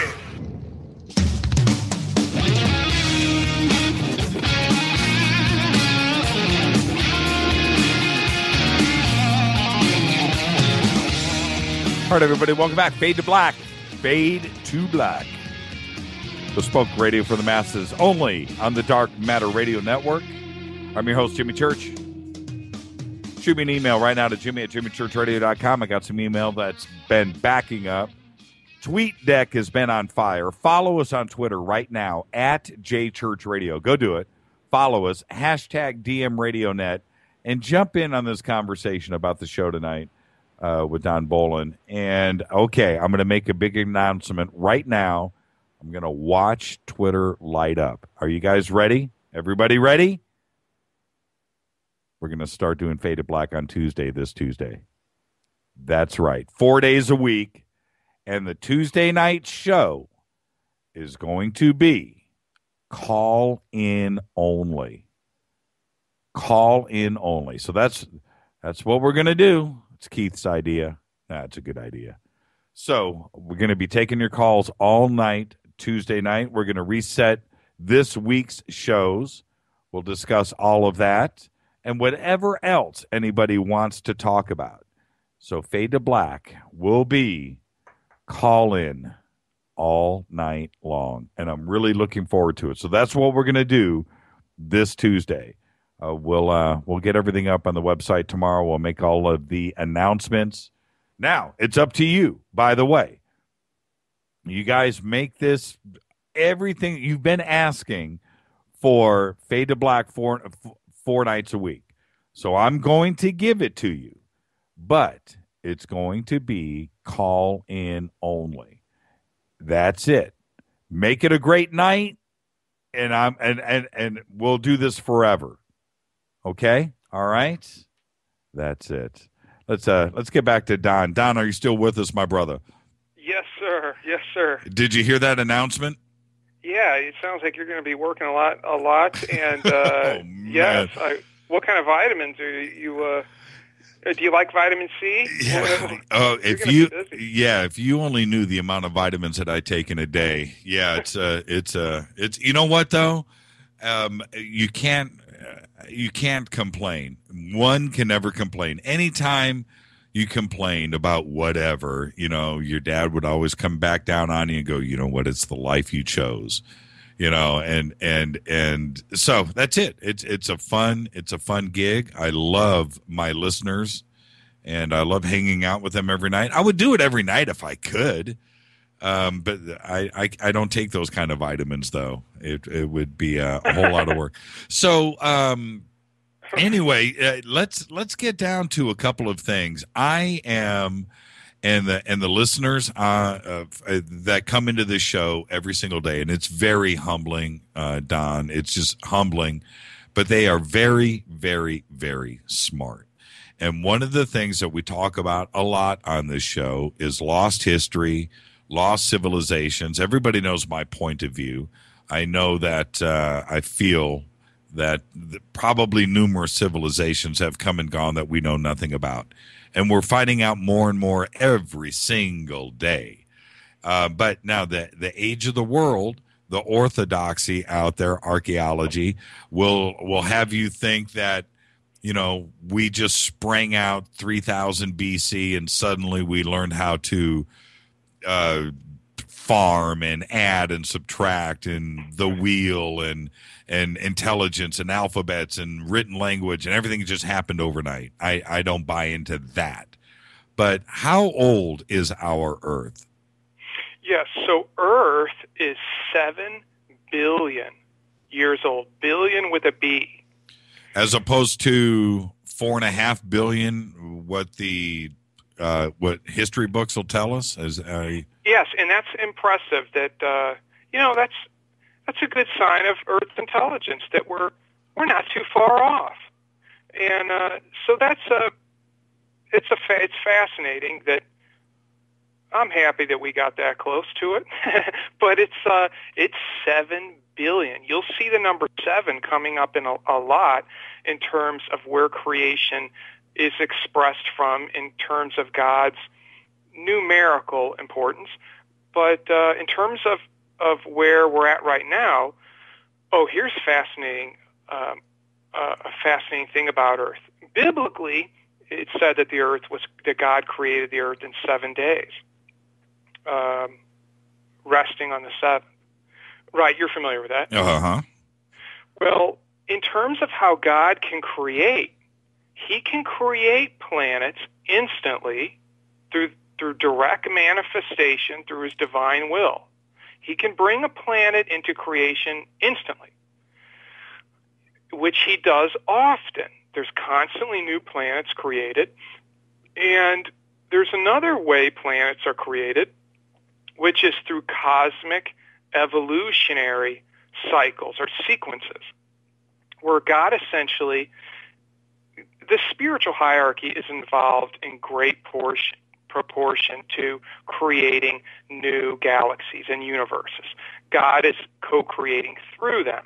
But this is what an archangel being in the high octaves of heaven could do, which everyone does at one time or another, just in order to see what it's like to manifest on this scale, and just to have God's will working through you it's glorious. It's beautiful. It's what is happening all the time, and people don't necessarily know it. But on those levels, you really know it.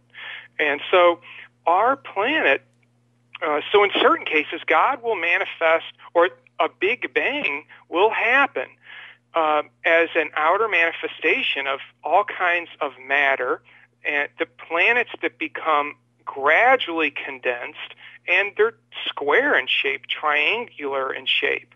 They're oval in shape. They're globs of mass and energy. And through millions of years, these worlds eventually can become very Earth-like. But God always has a hidden hand in shaping them, in terraforming them. Throughout history, we've known of the Elohim in Hebrew Bibles, and certain Christian Bibles have mentioned, the Elohim are mentioned in most every Bible.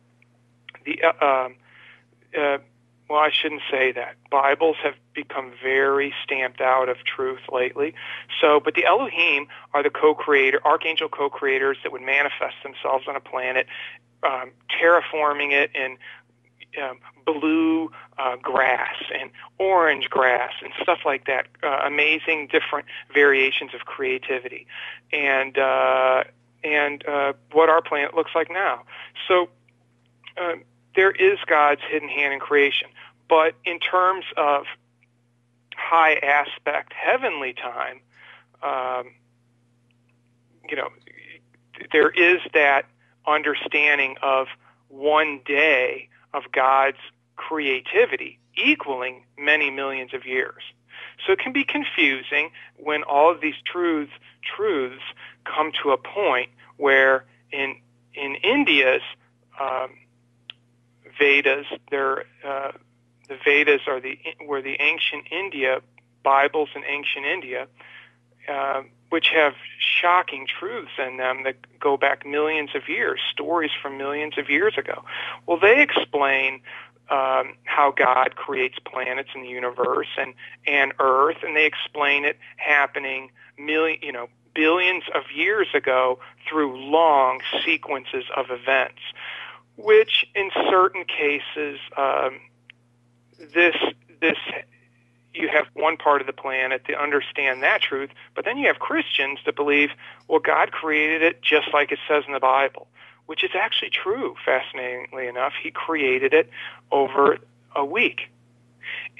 But it's not every planet's like that. So it's kind of funny when we see how certain truths in the Bible, like Noah's Ark, this is a true story. Noah was a past life of Steven Spielberg, who's a major. He's a member of creation spiritual hierarchy and Earth's. He's a time-honored archangel cosmic Christ who's had many significant and miraculous past lives. He's a split-off individual aspect of Archangel Metatron, who biblically in certain Bibles are lost books of the Bible. He was known as the biblical prophet Enoch, who was miraculous. But anyway, so all these stories in the Bible, Moses parting the Red Sea, these are all true. As a mystic traveler, you can go back. There's different blessings of mystic traveling, time traveling. In some cases, people see these as visions that are densified somewhat, but it's not a true reality they're standing in. But God has allowed me to visit every massive miracle in the Bible, and they're all true. I've sat there and watched Moses part the Red Sea. These are things that when a typical person who loves God, when they cross over, they can go visit. You have it on your calendar. 2 weeks from now, me and my group of friends and our lady friends, we're going for a picnic in the Sinai Peninsula, and we're going to watch Moses part the Red Sea, and it's going to seem as if it's in the now. That's a projection of reality, or it is reality that God is upholding for creation's exploration. Moses is no longer living there, but you could even interact with Moses. Your interaction with him didn't necessarily take place. It didn't, but you can interact with him as you're really getting into what happened back then. And it smells different then. It feels different. It's unbelievable, and it's glorious. It's amazing. It's not the horrible slave story that it sounded like. It's actually something that's appealing, going out there in this group of people and seeing miracles through God. And they saw more spaceships in the air, Ashtar command ships, etheric ships guiding them in the day that appeared as clouds. They knew, anyway. Well, that's let me ask you about Nibiru. Yes. Nibiru. With the Anunnaki. Okay, well, what's your take on it, and shall we expect it soon? Do you know the status? Well, the Anunnaki originally came from a different universe. And the Anunnaki were beings that lived, they're beings from God, they're souls from God who, every soul leaves heaven at a certain point to incarnate in different planetary realms that they're drawn towards. So on the inner planes, in this state of consciousness where you're just learning about how you were created and what you are and what your potential is and what you can do with that potential, certain people become more inclined to aggressively communicate with each other, and it's known as a vastly descending state. So there's these beings that even on the inner planes, they start interacting incorrectly for what allows you to stay on the inner planes and enjoy that blessing. So these beings, as they descended themselves, they align themselves with the spiritual contract of incarnating in deeper levels of despair, which they had great lives starting out. These were beings that were created on everyone was created on an archangel level to begin with. And these beings, though, descended themselves very quickly, and they had their own universe that they had their own universe known as Anunnaki. And this name Anunnaki goes back to the beginning of God's creation. That we're to put this in a larger perspective so people will understand. The creation, God creates a significant outbreath of spirit which densifies into form. And he does this every 17 trillion years. Which is what our neighborhood of creation is just now beginning to end. Where God no longer creates planets as part of his cycle of creation. Instead, he draws all beings back into him. Anunnaki, any dark being is converted onto the spiritual path. They have to learn. They have to move forward.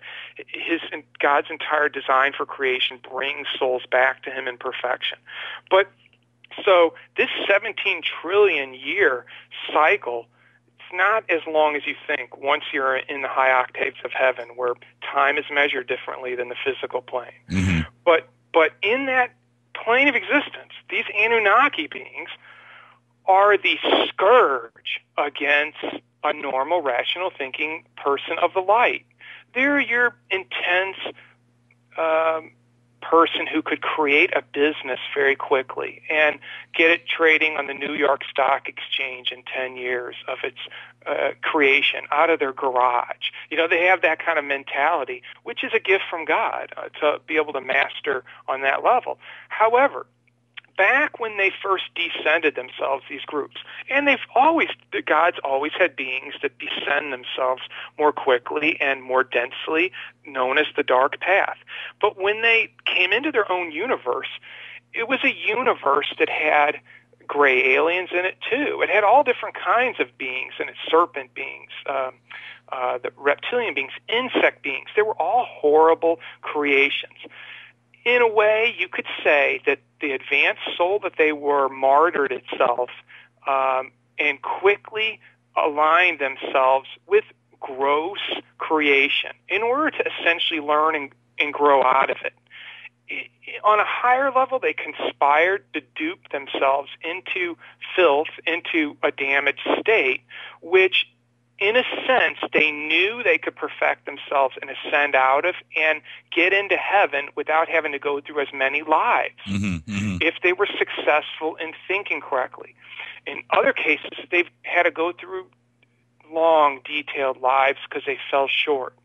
But this universe they were in there was a density to it, and the theme of the universe was expansion. They wanted to expand their minds and search out new planes, new planets to go to. And God has allowed beings. He has allowed beings into creation. During the beginning of this cycle of creation, God would just manifest technologies for people. Or there's always. What about us here, though, Don? If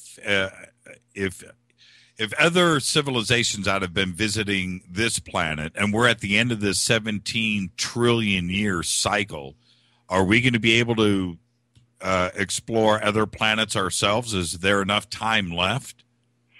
Yes, time is something. It's time. We always hear time being spoken of as an illusion. It really is an attribute. Time is a negative. It's an attribute of the ego. In this dimension, each person views time differently, depending on the density you have, depending on how much a person prays or meditates. It depends on how differently gravity affects their brain. So a person that doesn't pray or meditate has a heavier version of what a day is. They wake up and they need that coffee to get them going. They need to have a break in between shuffling through a few files and making a couple phone calls. They have more duress. So in terms of exploring creation, time is something that once a person starts meditating, when a person reads my book, they're out of time. They've ascended beyond the time matrix of thinking. You feel like I've had 60 and 70-year-old people read my book, and it dawns on them, I can start my own business now. They realize, I thought I was out of time. And all of a sudden they realize, oh my gosh, I feel 20 years old inside, and I realize everything I want to do can just be happening now. There's no curvature in the beginning of my life, the middle of my life, and the waning point of my life.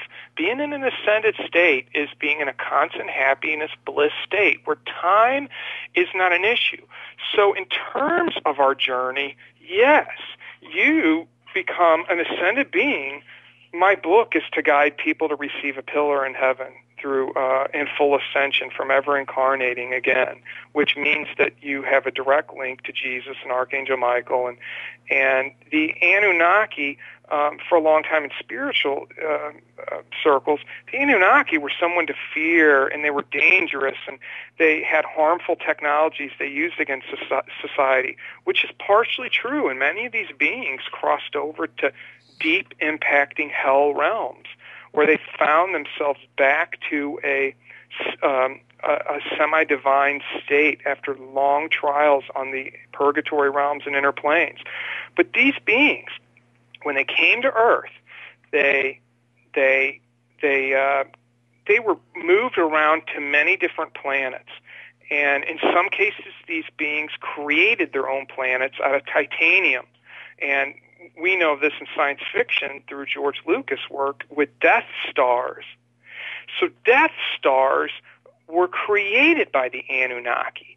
They were brilliant architects and they had certain miraculous devices that could manifest certain forms of energy on the dark current. So they created these big bases that they lived in. In some cases, they were they look like planets with an actual living surface, trees and plants and things like that. This kind of creation's was widespread throughout our universe at one time. There were Death Stars all over the place in certain areas. A fascinating story. George Lucas is a split-off aspect of Archangel Uriel. Archangel Uriel helped create our universe 17 billion years ago. I mentioned 17 trillion years ago was when God's significant outbreath happened. But 17 billion years ago, Archangel Michael and Archangel Uriel created our universe of Havana. And so as part of Archangel Uriel's guidance with Earth, he created many split-off selves, which are aspects of him that are living on the planet currently, and many of them are known as secretly ascended celebrities. They're often film actors and movie icons who, in some cases, were born in the majestic underworld realms, the majestic ones, and in some cases the hollow earth, and they merge with their split-off self that's on the surface of Earth. Well, before we get to that, I have the list here in front of me, and it's fascinating, but I've had numerous requests. I got to tell the serpent thing. I know. Yeah, we do. That's on my list to get back to. But what about Atlantis? Where is it? Atlantis was, at one point in time, the entire planet became known as Atlantis. Okay. As a civilization, became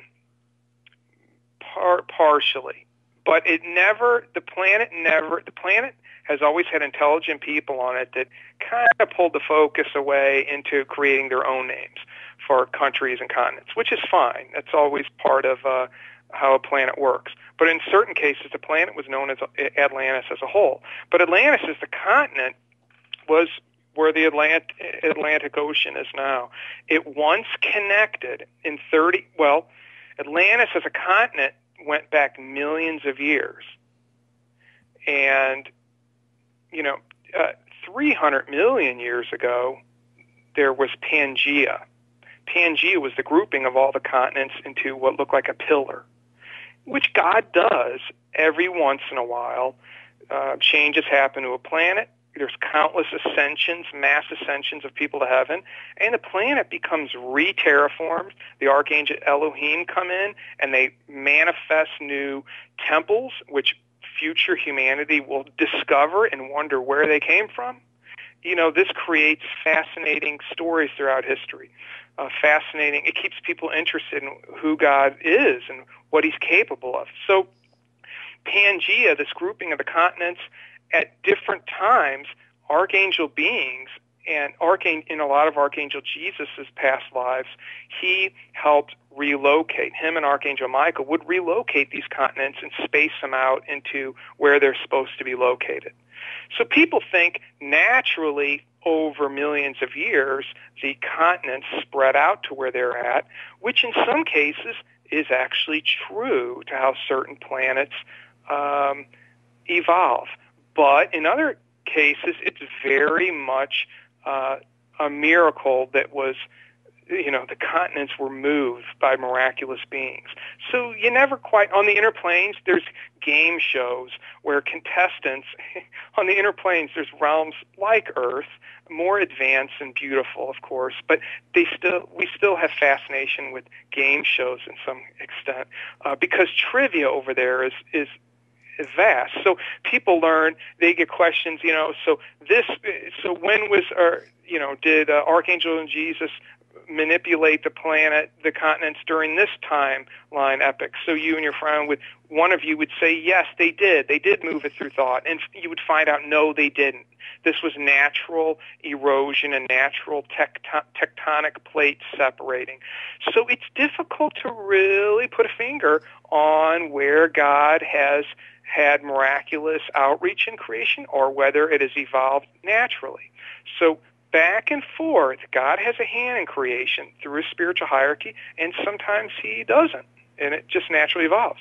But Atlantis as a continent, one of Jesus' second life, he was known as Ascended Master, Archangel, Cosmic Christ, Grace Melchizedek. Grace Melchizedek manifests the Atlantean civilization into instant prosperity.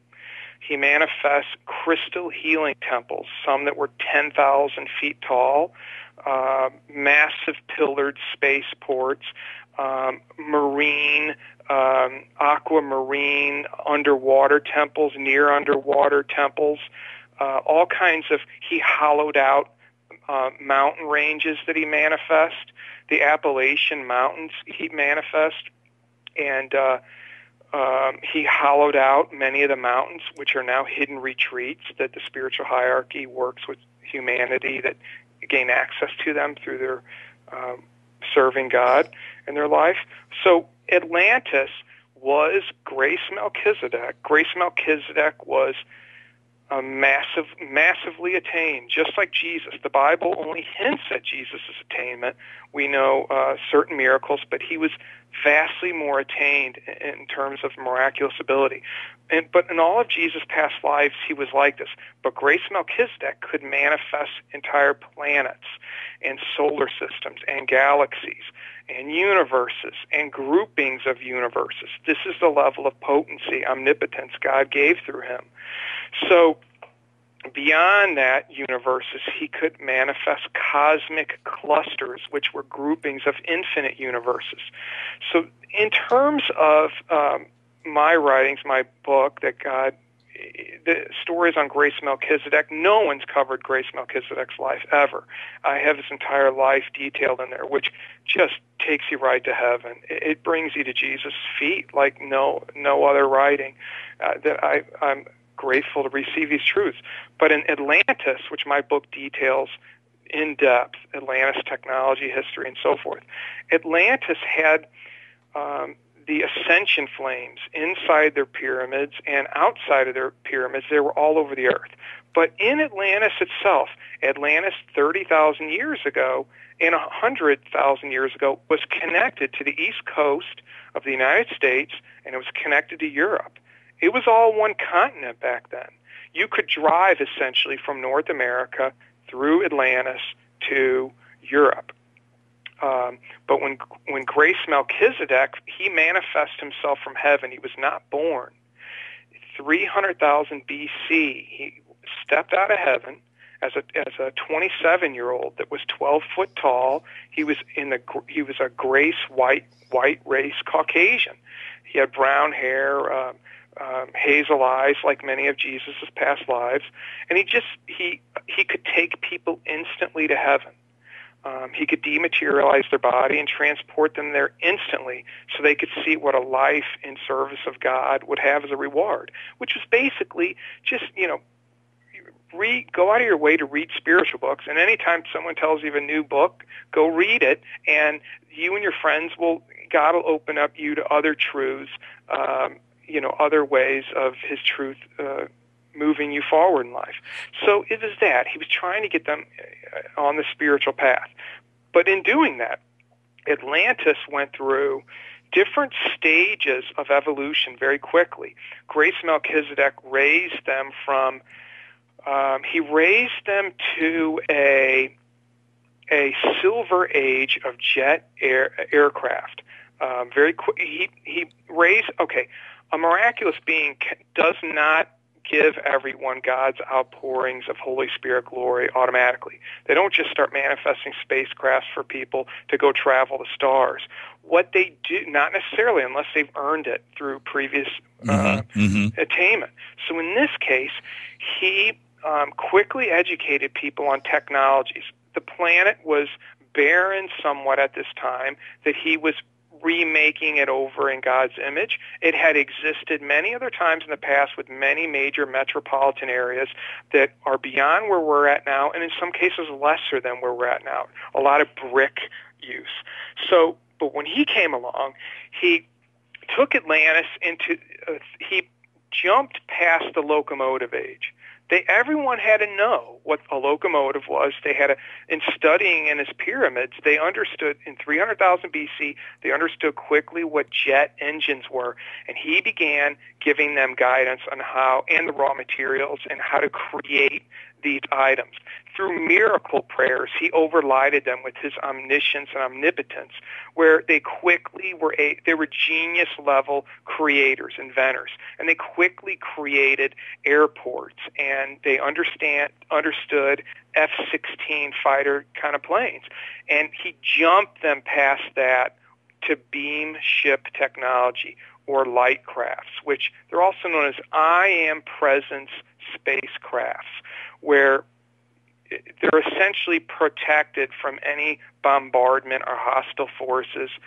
When a person's in a masterful place, they can travel creation without any difficulty, without being, without running into anything, or without anyone harassing them, and so forth. But so he quickly jumped the planet to this place where, in many cases, a lot of people were miraculous themselves, able to manifest food and inventions.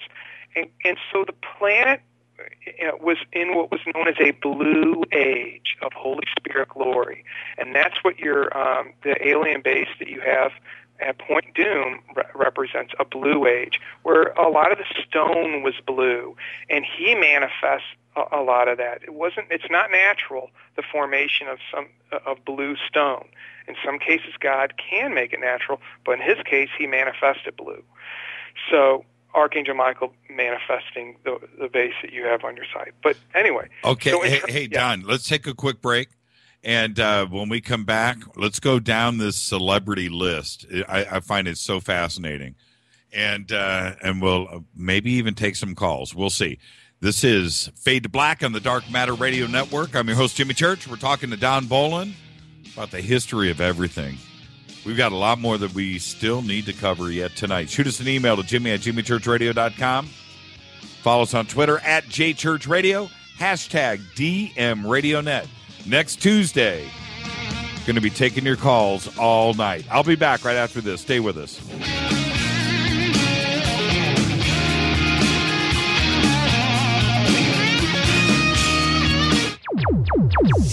Despite popular opinion, reading a book will not make you smarter.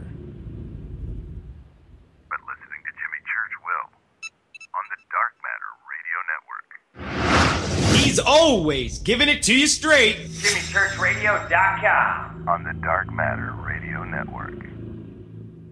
Erica, Brittany, Gabby, and you're listening to JimmyChurchRadio.com.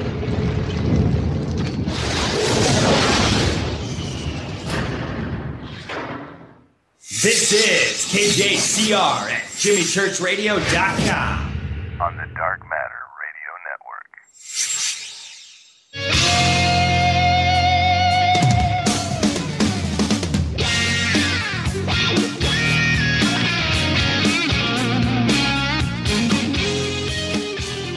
All right, everybody, welcome back. Fade to Black. This is the Wednesday edition, only on the Dark Matter Radio Network. I'm your host, Jimmy Church. This is Bespoke Radio for the masses. Next Tuesday, going to take your calls all night. We're going to light it up. And I got to just say this once. It's your chance. You wanted a fourth night of Fade to Black. Well, Dark Matter is going to give it to you. All right? Going to take calls all night. Actually, I'm kind of fired up about it. If you want to, I'm excited. If we just bang out like 30 calls in a night and wear me down, I'm all for it. Yeah, Don's laughing in the background. It's going to be great. So, next Tuesday we're going to kick that off. And tomorrow night, Mark Weinstein, internet guru, privacy advocate, and then of course Friday night this week will be the man himself, Eric Von Daniken. Hey, Don, you got to dial in on Friday night and check that out. So yeah, I follow all your shows. Yeah, it's going to be really cool. I'm almost nervous. You know, we have the heaviest of the heaviest on this show, and it's great. And sometimes I just have to pinch myself, and I'm just like, wow, this is just too cool. But you know what? I'm a little nervous, man. Eric, without Eric, there would be nobody doing what we're doing today. He really started it all for all of us, and it's going to be great. So, okay, now listen, really quick. I went over this list of names, and I personally know, and you and I talked about this. I personally know or met probably half of these people. Okay, literally. Let's see. I'm guessing yes, no, yes, yes, yes. Okay, so only one. And even the one that I haven't met, I still met, but didn't actually sit down and talk to. And that's George Lucas, but I've been up to a Skywalker and stuff. So this is an interesting list of names. So let's just start here. I'm gonna read, and then you can respond. But sure. Tom Hanks was Thoth, the Atlantean, the Egyptian, who lived 30,000 years throughout ancient Egypt, where he introduced the emerald tablets of Thoth at the Ark of the Covenant. So let's start there. Tom Hanks. Tom Hanks is covered extensively in my book, his past lives. He hasn't had many. He's a split-off individual aspect of Archangel Michael. So Tom Hanks, his effect on Earth, he's one of creation's highest, most loving spiritual hierarchy members. Of course, we have Jesus. Of course, we have Archangel Michael, Archangel Metatron, Tom Hanks. His archangel name, he's known as Archangel Bay, B-E-Y, but you could also say his name's Archangel Tom Hanks. But Tom Hanks, he was Thoth. Anyone who's read spiritual books or on mysteries or ancient Egypt knows of the Atlantean being Thoth, who in some cases people have said lived a couple thousand years, and in some cases much longer. Well, Thoth, he was known as Thoth Melchizedek. Now, Thoth, Tom Hanks, he manifested himself in this life. He was not born a normal birth. He was not even immaculately conceived, which is another way God can bring a child into the earth without any karma, without any hang-ups. They're essentially an angel from heaven that quickly awakens themselves in bliss inside and happiness, and they're in a heavenly state and quickly able to teach people and enjoy God's miracles. Anyway, in this life, he manifested himself as he looked very much like a surfer. He had, the stereotypical idea of a surfer. He was 12 feet tall with blonde hair, and he was Caucasian, blue eyes, and he would manifest himself differently throughout the ancient Mayan civilization and ancient Egyptian civilization. Sometimes he manifests himself as a bird, a toucan bird man figure, which a lot of the Egyptian hieroglyphics show, where he has a large beak. These were funny things he would do. He was hilarious. He was hilarious then just like he is now. He's a white, grace-like comedian now. He's very funny off the cuff, and he was like that in all of his past lives. He was full of razzmatazz, if you want to call that. Does he know that now? Does he know of this past life? Well, I get into this in my book. A lot of celebrities in my book, most of them, they're known as Archangel Saints with a S-T. It's known as a saint aware, not a saint like Saint Gandhi or Saint Mother Teresa, who outwardly manifests God's teachings, and they speak openly about their interactions with Jesus and the spiritual hierarchy. That's a saint. a small, the ST, capital S, lowercase t, an archangel saint is a saint-aware person who may or may not have been born in the majestic underworld of God's glory, or the hollow earth, which is one crystal civilization continent in one beautiful, it's in a Holy Spirit age, the hollow earth. The hollow earth is what Richard T. Byrd in the 40s, the naval officer, rear admiral of the Navy, Richard T. Byrd, it's where he a past life of Chris Hardwick was Richard T. Byrd. Chris Hardwick, the Nerdist podcaster, and in his past life as Richard T. Byrd, he entered the hollow earth, and he was guided by their Agarthian spaceships to land his plane, and his crew were introduced to the living standard there.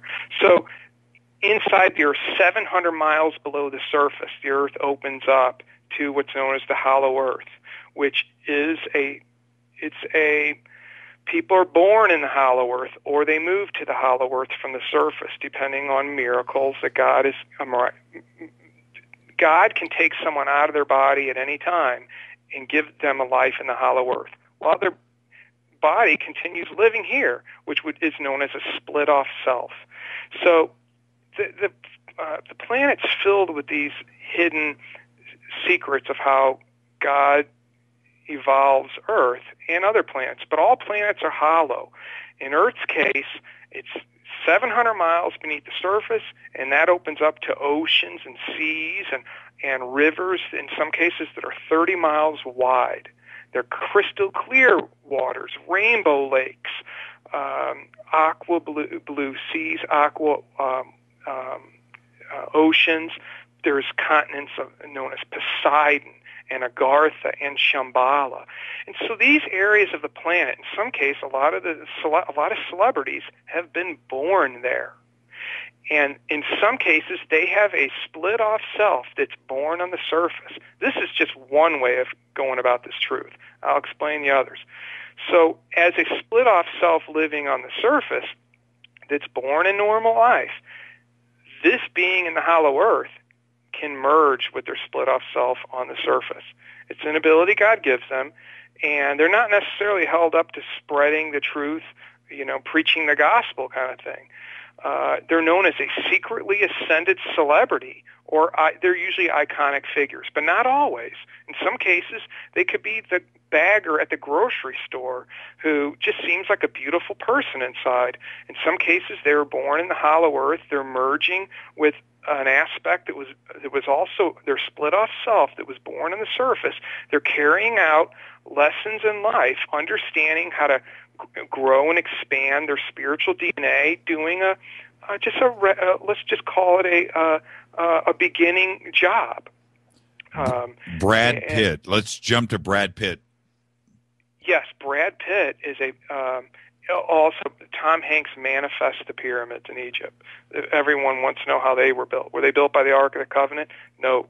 The foundations were, but Tom Hanks, Archangel Thoth, manifests the Great Pyramid of Giza, the three large pyramids, manifests out of Thoth in 10,000 BC.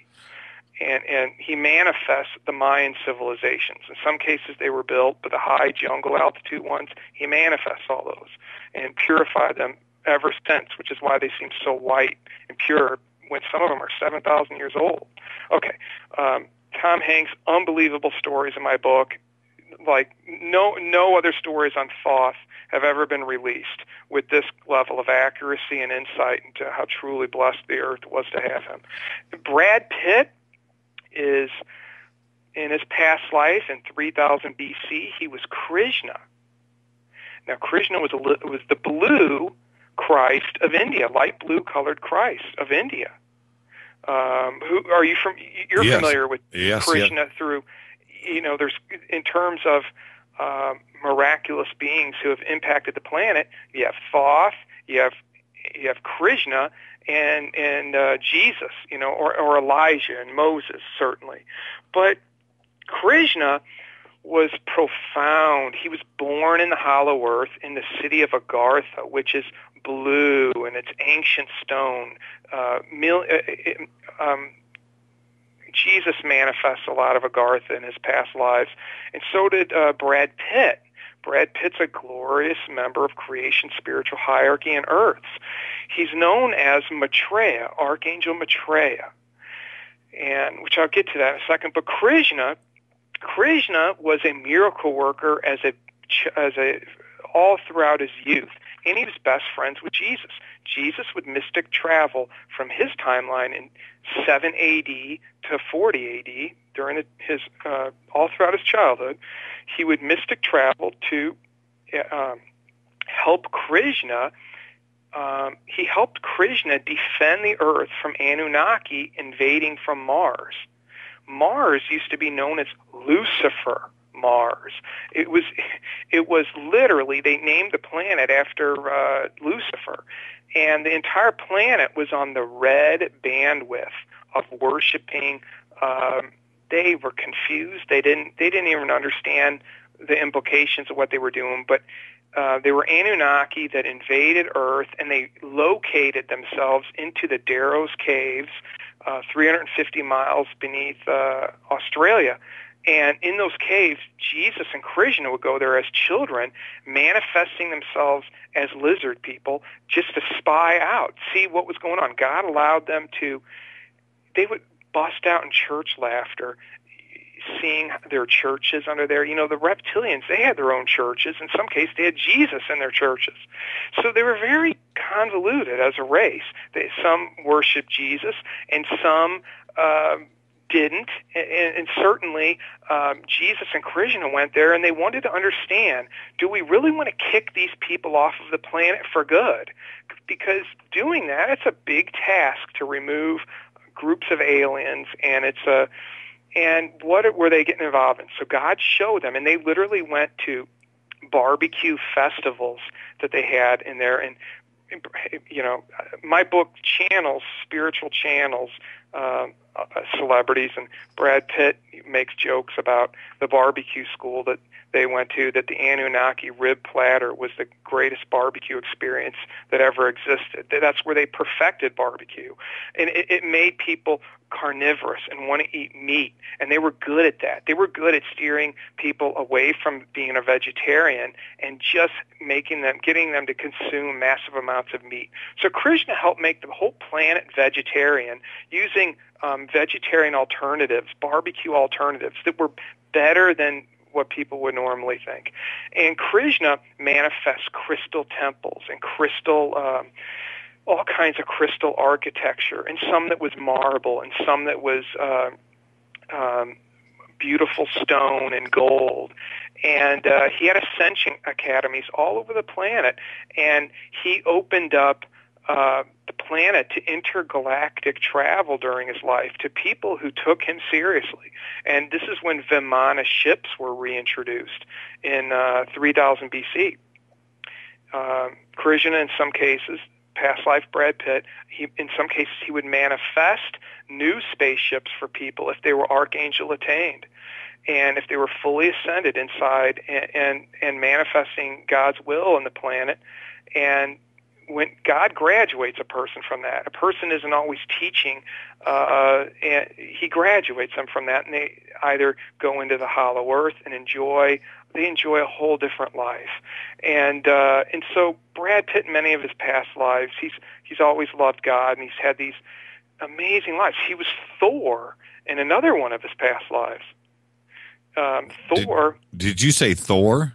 Yeah, Thor. Okay. Who we know Thor of, as most people, he's known as a comic book superhero, but Thor was actually, he lived in in the 700s AD, not too long ago, and Thor protected the Christian church for a time from bombardment by gray aliens.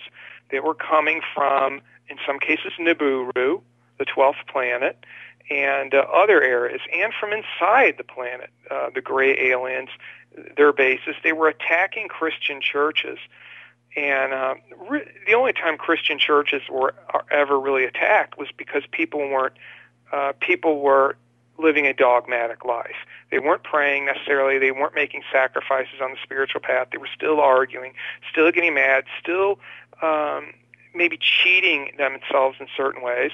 But Thor could levitate, teleport to different realms. He was known as a Middle Earth god, the god of the Middle Earth. Middle Earth is 350 miles beneath Canada, and it is the Middle Earth of the J.R.R. Tolkien, Lord of the Rings books and films.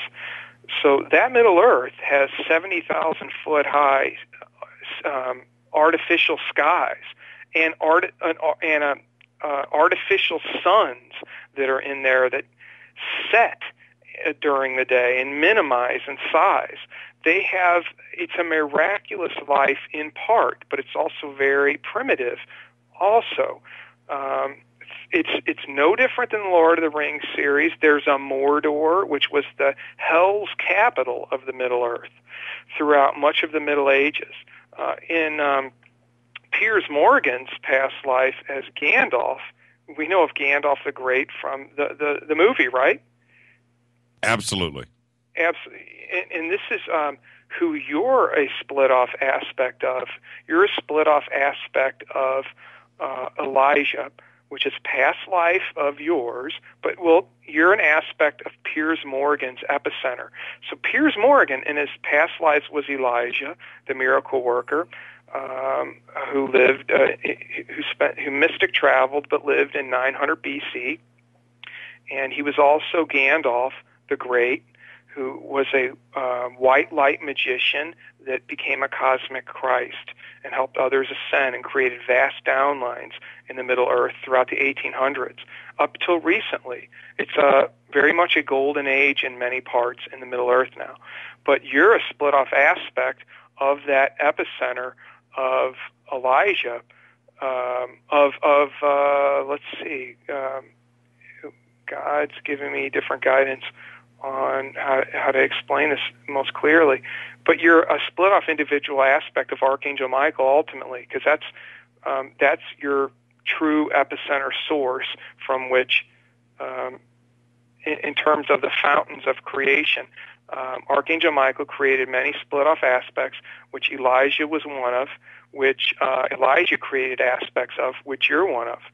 So I know in talking to you, Archangel Michael's at the source of your wisdom and your light, and so is Elijah, certainly. Elijah's was dynamic. I'll have more on your past lives, which God will reveal me to mention. Absolutely, I can't wait. I can't wait. It's unbelievable. No, I'm serious. Okay, let's. George Lucas. Some very interesting comments there. So let's go with George before we move forward, and before we run out of time, we have to get to David Letterman. But so George Lucas. George Lucas is, as I mentioned before, he's from the source of Archangel Uriel. So Archangel Uriel, being one of the prominent members of this God's creation, spiritual hierarchy and earth, Archangel Uriel did miracles through Moses. And so George Lucas is an aspect of Uriel who incarnated in a very difficult life and became, who we know through pop culture, science fiction, who became the person Darth Vader. Now, this was 75,000 years ago in the Orion constellation. He was known as Anakin Dantooine. Anakin Dantooine, he became a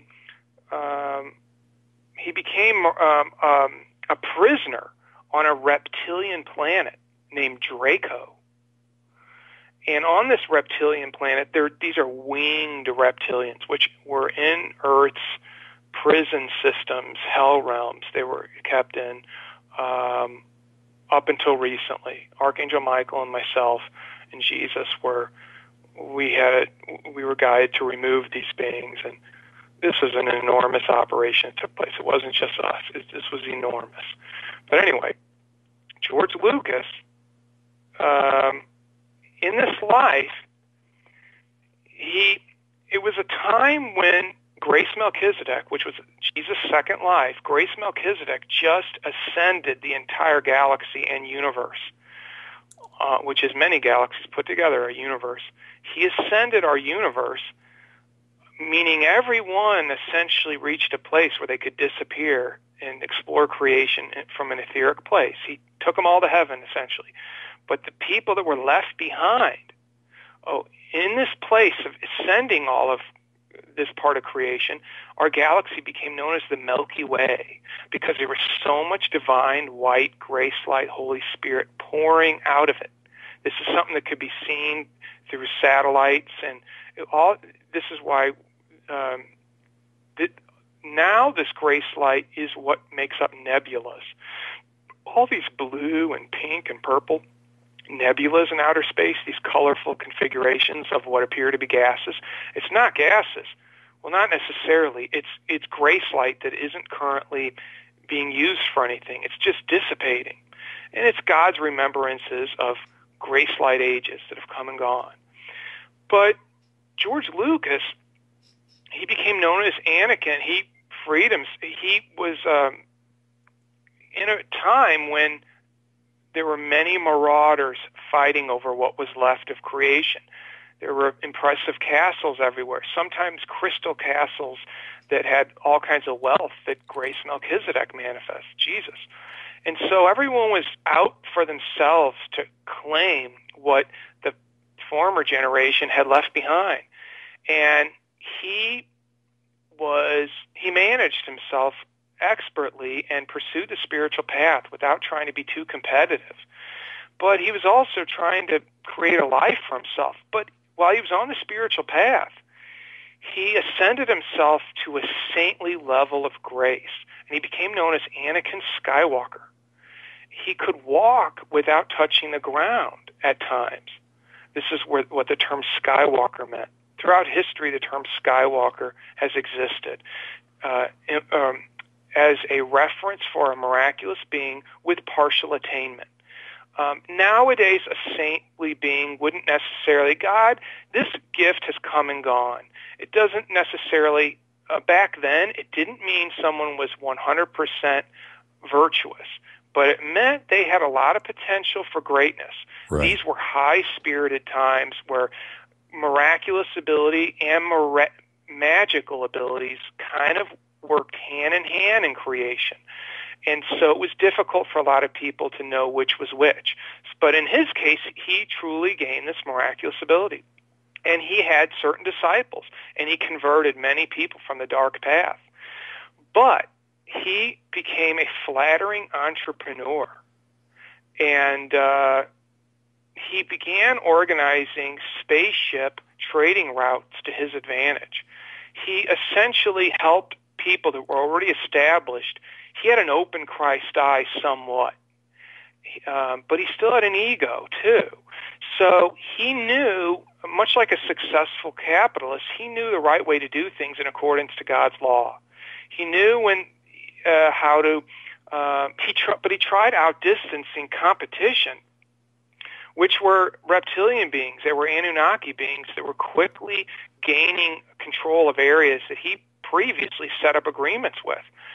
So he was dealing with an internal tug of war of extreme capitalism. Anyway, to speed this up on him, his I am presence martyred himself on a level of extreme capitalism for the sake of outdistancing evil competitors, rather than fail to being controlled by them on the mental plane he was operating on consciously, and a lot of people's jobs were at stake. So he essentially began taking on a lot of karma on the dark bandwidth of the dark side of the force. Mm-hmm. He was still virtuous in his heart, mind, and soul, but it was diminishing, causing him sickness, failing breath, and misery. and he couldn't get out of it. He was in over his head, and he had a short understanding of the spiritual path. He wasn't exposed to God's Holy Spirit in any way necessarily, other than limited miracles. He did become what we see of as Darth Vader, with the breathing device, with the black cape. He became a Dark Knight, King Magician, Supreme Warlock, is what it's known as. This was a choice that he made to go down that road. He essentially lost a lot through evil competitors and to people who harmed him physically. He battled for his life at different times. And he had, my book gets into this, and I'm going to be guided to, yes, okay, so George Lucas in this past life went down the dark path and preached about it from a place that was just short of, he sold aspects of himself to gross, dark appropriations of antimatter intelligence. He had antimatter technologies. He built a Death Star. During his time, Death Stars were in outer space. Certain people, they made golf courses out of them, and they would attract people to them. And in Michael Douglas's past life, he was Michael Douglas was J.R.R. Tolkien, who wrote the Lord of the Rings books. That was one of his past lives.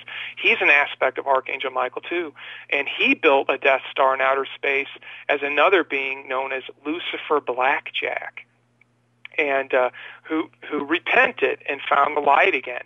But there was this time where great beings of light fell into the dark path when they didn't know the truth, and they were also taking on all creation's karma at the same time from a place of certain aspects of greed. But George Lucas overcame all this in his life. He actually repented. He found God eventually, which my book gets into. I don't have to explain it all. But what he did with there were signs everywhere, support the empire. There were signs on Earth back and then, support your local empire. Just as people make jokes about today, or you see on websites, people making jokes about what a world would be like if it supported the empire. But they did. He created clones that were the Imperial stormtroopers. They were in white color, and they did make, they had jobs keeping different planets safe, but they took everyone's jobs at the same time too. So there was all these sides of it, but ultimately they were working for a force they didn't understand, which was the Dark Brotherhood of the Inner Planes, which anyway, but George Lucas repented in that life, and through long trials and long suffering, after a couple 100 years, he found God. And my book details this. But in his next life, he came back as Lady Cassiopeia, who was an archangel and a queen in ancient Greece, 4000 BC. Lady Cassiopeia ascended herself and began manifesting herself as the male Archangel Apollo, or the Greek god Apollo. Apollo was a golden-haired, beautiful, angelic being, but a real man who was omnipotent, omnipresent, and omniscient, one with God's Holy Spirit. And he, as Archangel Apollo, this is a common theme of God's throughout creation, that some of his females sometimes manifest themselves as male. If that's how they were originally created, they tend to go back that way. But many men have incarnated as women, and then they'll manifest themselves later or incarnate as women, and back and forth. But in this case, Lady Cassiopeia became the Archangel Apollo and ascended the Cassiopeia constellation into white star planets. So Darth Vader had created bases on all these planets.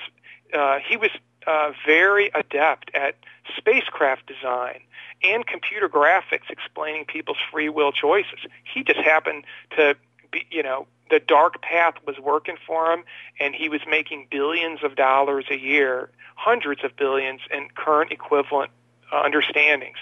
And he martyred himself with greed. But as Apollo, he overturned all this and ascended all these planets through mystic travel, and he essentially took everything back to God. So in terms of a success story,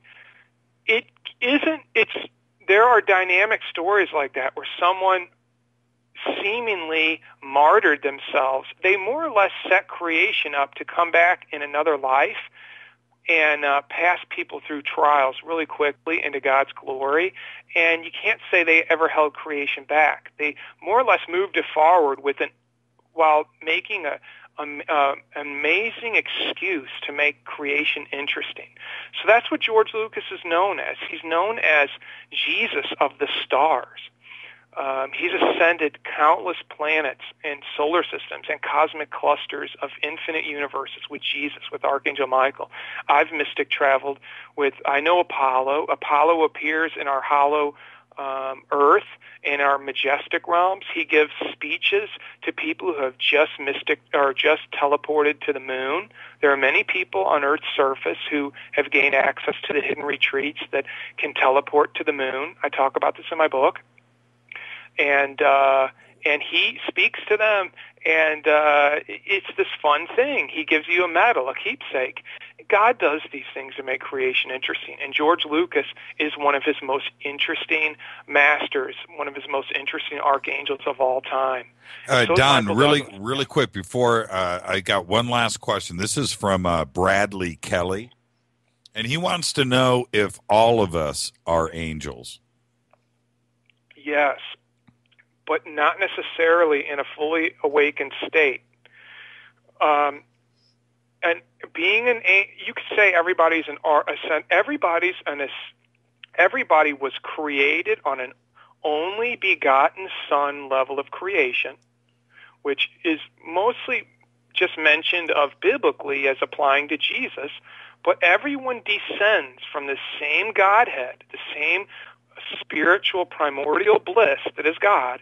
We all descended from this angelic state, archangelic state, and had to lose it, all memory of it somewhat. Now, certain people left heaven earlier than others, and those beings have more quickly realized their archangel state, and in many cases, it depends. So some people are in a sleeping state. Even Anunnaki people manifest from this. We all manifest from the same place. And creation needs pressure on the spiritual path in order for you to awaken up to your archangel state. So, each person is through prayer and meditation and surrendering to God and asking for the Holy Spirit to come in every aspect of your life. You begin taking on more attributes of God's divinity, thus passing you through the disciple stage, through the saintly stage, which goes through the masterful stage, which goes through the angel stage, which goes to the archangel stage. So there's levels of awakening up to it. If a person just sits back and goes, I'm an angel, I'm an archangel, so are you, so are all of we, so are everyone. If they're not praying and meditating and doing everything to perfect themselves, they're essentially martyring themselves on a common stance. They're just applying divine attributes, commonplace, which are true, but it's not being realized in their true identity. Does that make sense? Yes, it does. Really quick, we're so out of time, and okay, one last thing. Letterman. I wanted to get to Letterman, and so let's just we have about 3 or 4 minutes. Okay, David Letterman, in his past lives, he was the president, George Washington, who was a saint that secretly ascended himself to the hollow earth. So were all the founding fathers, Benjamin Franklin, who was a past life of Warren Buffett. All the founding fathers saw the hollow earth. They were mystic travelers who could only reveal a little bit of what they saw. But okay, David Letterman was Hosanna in the highest, and he lived in 3000 BC during Krishna's time. And Johnny Carson lived then, too, as Balarama, who was Krishna's snow-white-colored Christ friend. And together, Hosanna was a 14-foot-tall king governor of Texas during that time. Texas as a name goes back billions of years. And it was a horse and buggy time in Texas. And in India, and during Krishna's time, it was becoming spacecrafts and flying horses that he could bless people with. So Krishna and Johnny Carson began rapidly ascending Hosanna. And Hosanna became a miraculous being quick. He's an aspect of Archangel Uriel. And so David Letterman is a white grace-like comedian with a high focus in an aspect of the Christ consciousness and divine current. He's a playful entertainer who's not been, he could probably tell you everything about everything. If you started asking him, you could see God speaking through him, in other words. He's in God's Word in some ways publicly already, which will be prolific. But anyway, Hosanna in the highest. He was also known as Buck Rogers throughout his history. Due to the spacecrafts, he eventually got around to being able to manifest himself. And he... Wait. Don. Yeah. You just said David Letterman was also known as Buck Rogers. Buck Rogers as a name, as a science fiction superhero, has been known throughout our universe for a long time. Okay. But he was known as Big Buck since he was so tall. Carson called him that in his past life, Big Buck. Let's go see what Big Buck's up to today. And they would go visit him, and then he became known as Buck Rogers, and he had these long legs getting in his spacecraft, and he was so beloved. In his teaching life, he mentioned Jesus' name about every 15 minutes. He was a glorious being. But he also, the fascinating thing about this life is he created the Alamo Ranch Miracle Prayer television network. Back then, they had television networks that were based on miracle prayers. A saintly attained person would have a Fabergé kind of frame, a pane that they would put on their wall if they were attained, and they could receive a projected signal. And through miracle prayers, God, please reveal whatever you want me to see today. And the show would come on. It just allowed people would pray for what they wanted, and it happened instantly. That was the type of time that was going on. And in Burbank, where you're at, was where Balarama's Miracle Prayer television network. This was the biggest one, was in Burbank, California. This was before the last great flood, right before it, about a decade before it. So in Burbank, this is where Johnny Carson's Tonight Show aired. It was called The Tonight Show back then. No joke. My hand to God. As a mystic traveler, you'll be blown away, audience, and everyone when you see this stuff. And certainly. But so the Miracle Prayer, Adam Sandler was Ali Baba.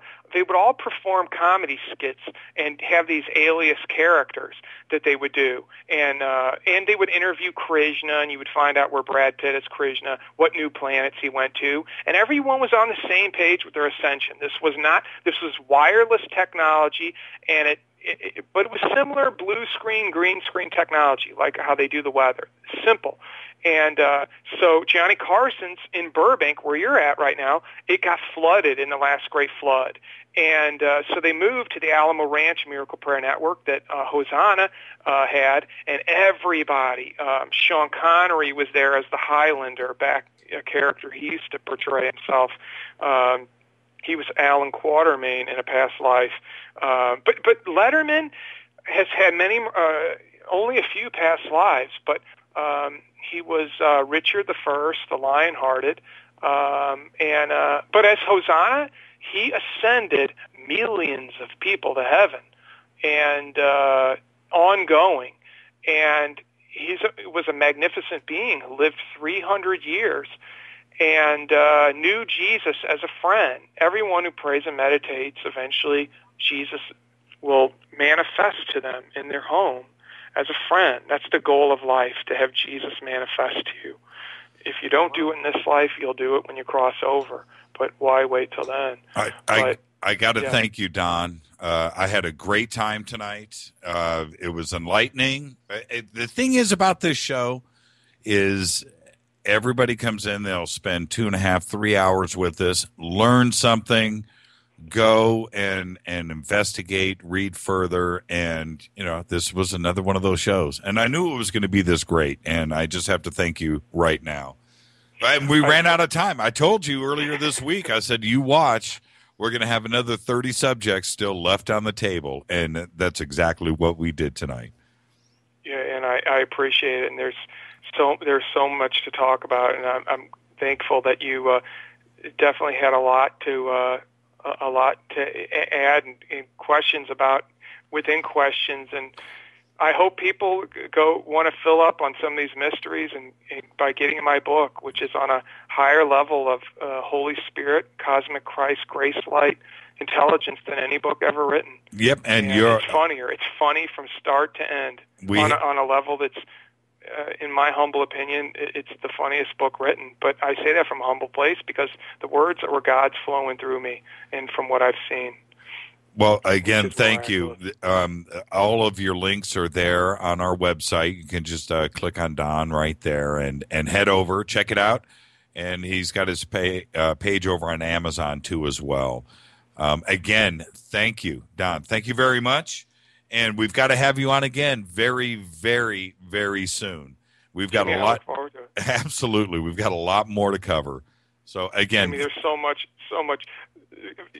You're guiding people into the light, and God bless you for doing that and having me on your show. And thank you. No, it's all. It comes from this side, Don. Thank you very much, and enjoy the rest of your week. And we'll be in touch. We'll get you back on again soon. Thank you, Jimmy. And if people want to do spiritual healings, that's what I do. That's my primary focus, to help people into God's abundance in every single way. So that can be found on the site, too. Absolutely. Thank you very much, Don. God bless you, Jimmy. You too. Have a good night. Okay, good night. All right. Thank you, Don. Okay, Don Bolan. Boland, links are up on the website. I need to take a break. That was a lot of fun. Oh, my goodness. This is Bespoke Radio for the masses. Had a couple of calls come in there at the end. I couldn't get to them. We would have definitely run out of time. I'll be back right after this. Stay with us on the Dark Matter Radio Network.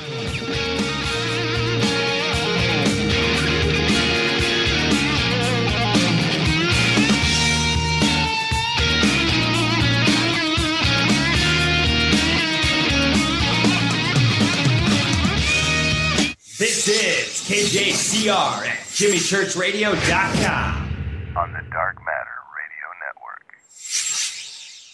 Hey, this is Alan Yohannes from the Vultures and Queens of the Stone Age. You're listening to JimmyChurchRadio.com. Rock on.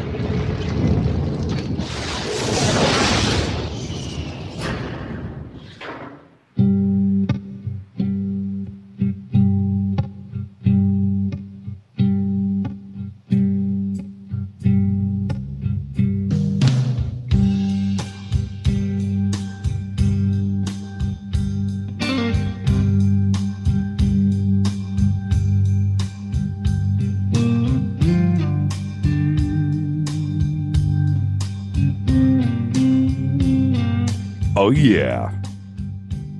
Huh.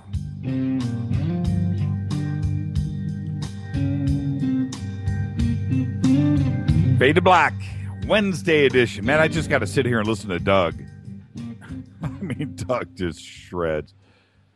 Fade to Black. All right. Thank you, Don Bolan. That was an amazing, amazing evening. And, yeah, okay. Yeah, I see that, Rick. But I won't say anything. I'm not going to let anybody know, okay? All right, so the big news of the night, next Tuesday, we're going to be taking your calls. So it's going to be Fade to Black, Open Lines Tuesday. And this is a test. This is a test for everybody out there. I cannot wait to bang one call after another all night long. I can't imagine having more fun. And that's the truth.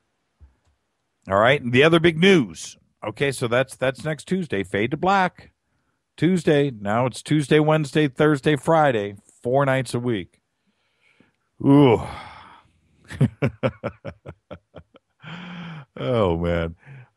And the other big news, we're going to do the press release over the next couple of days. We're going to get it out.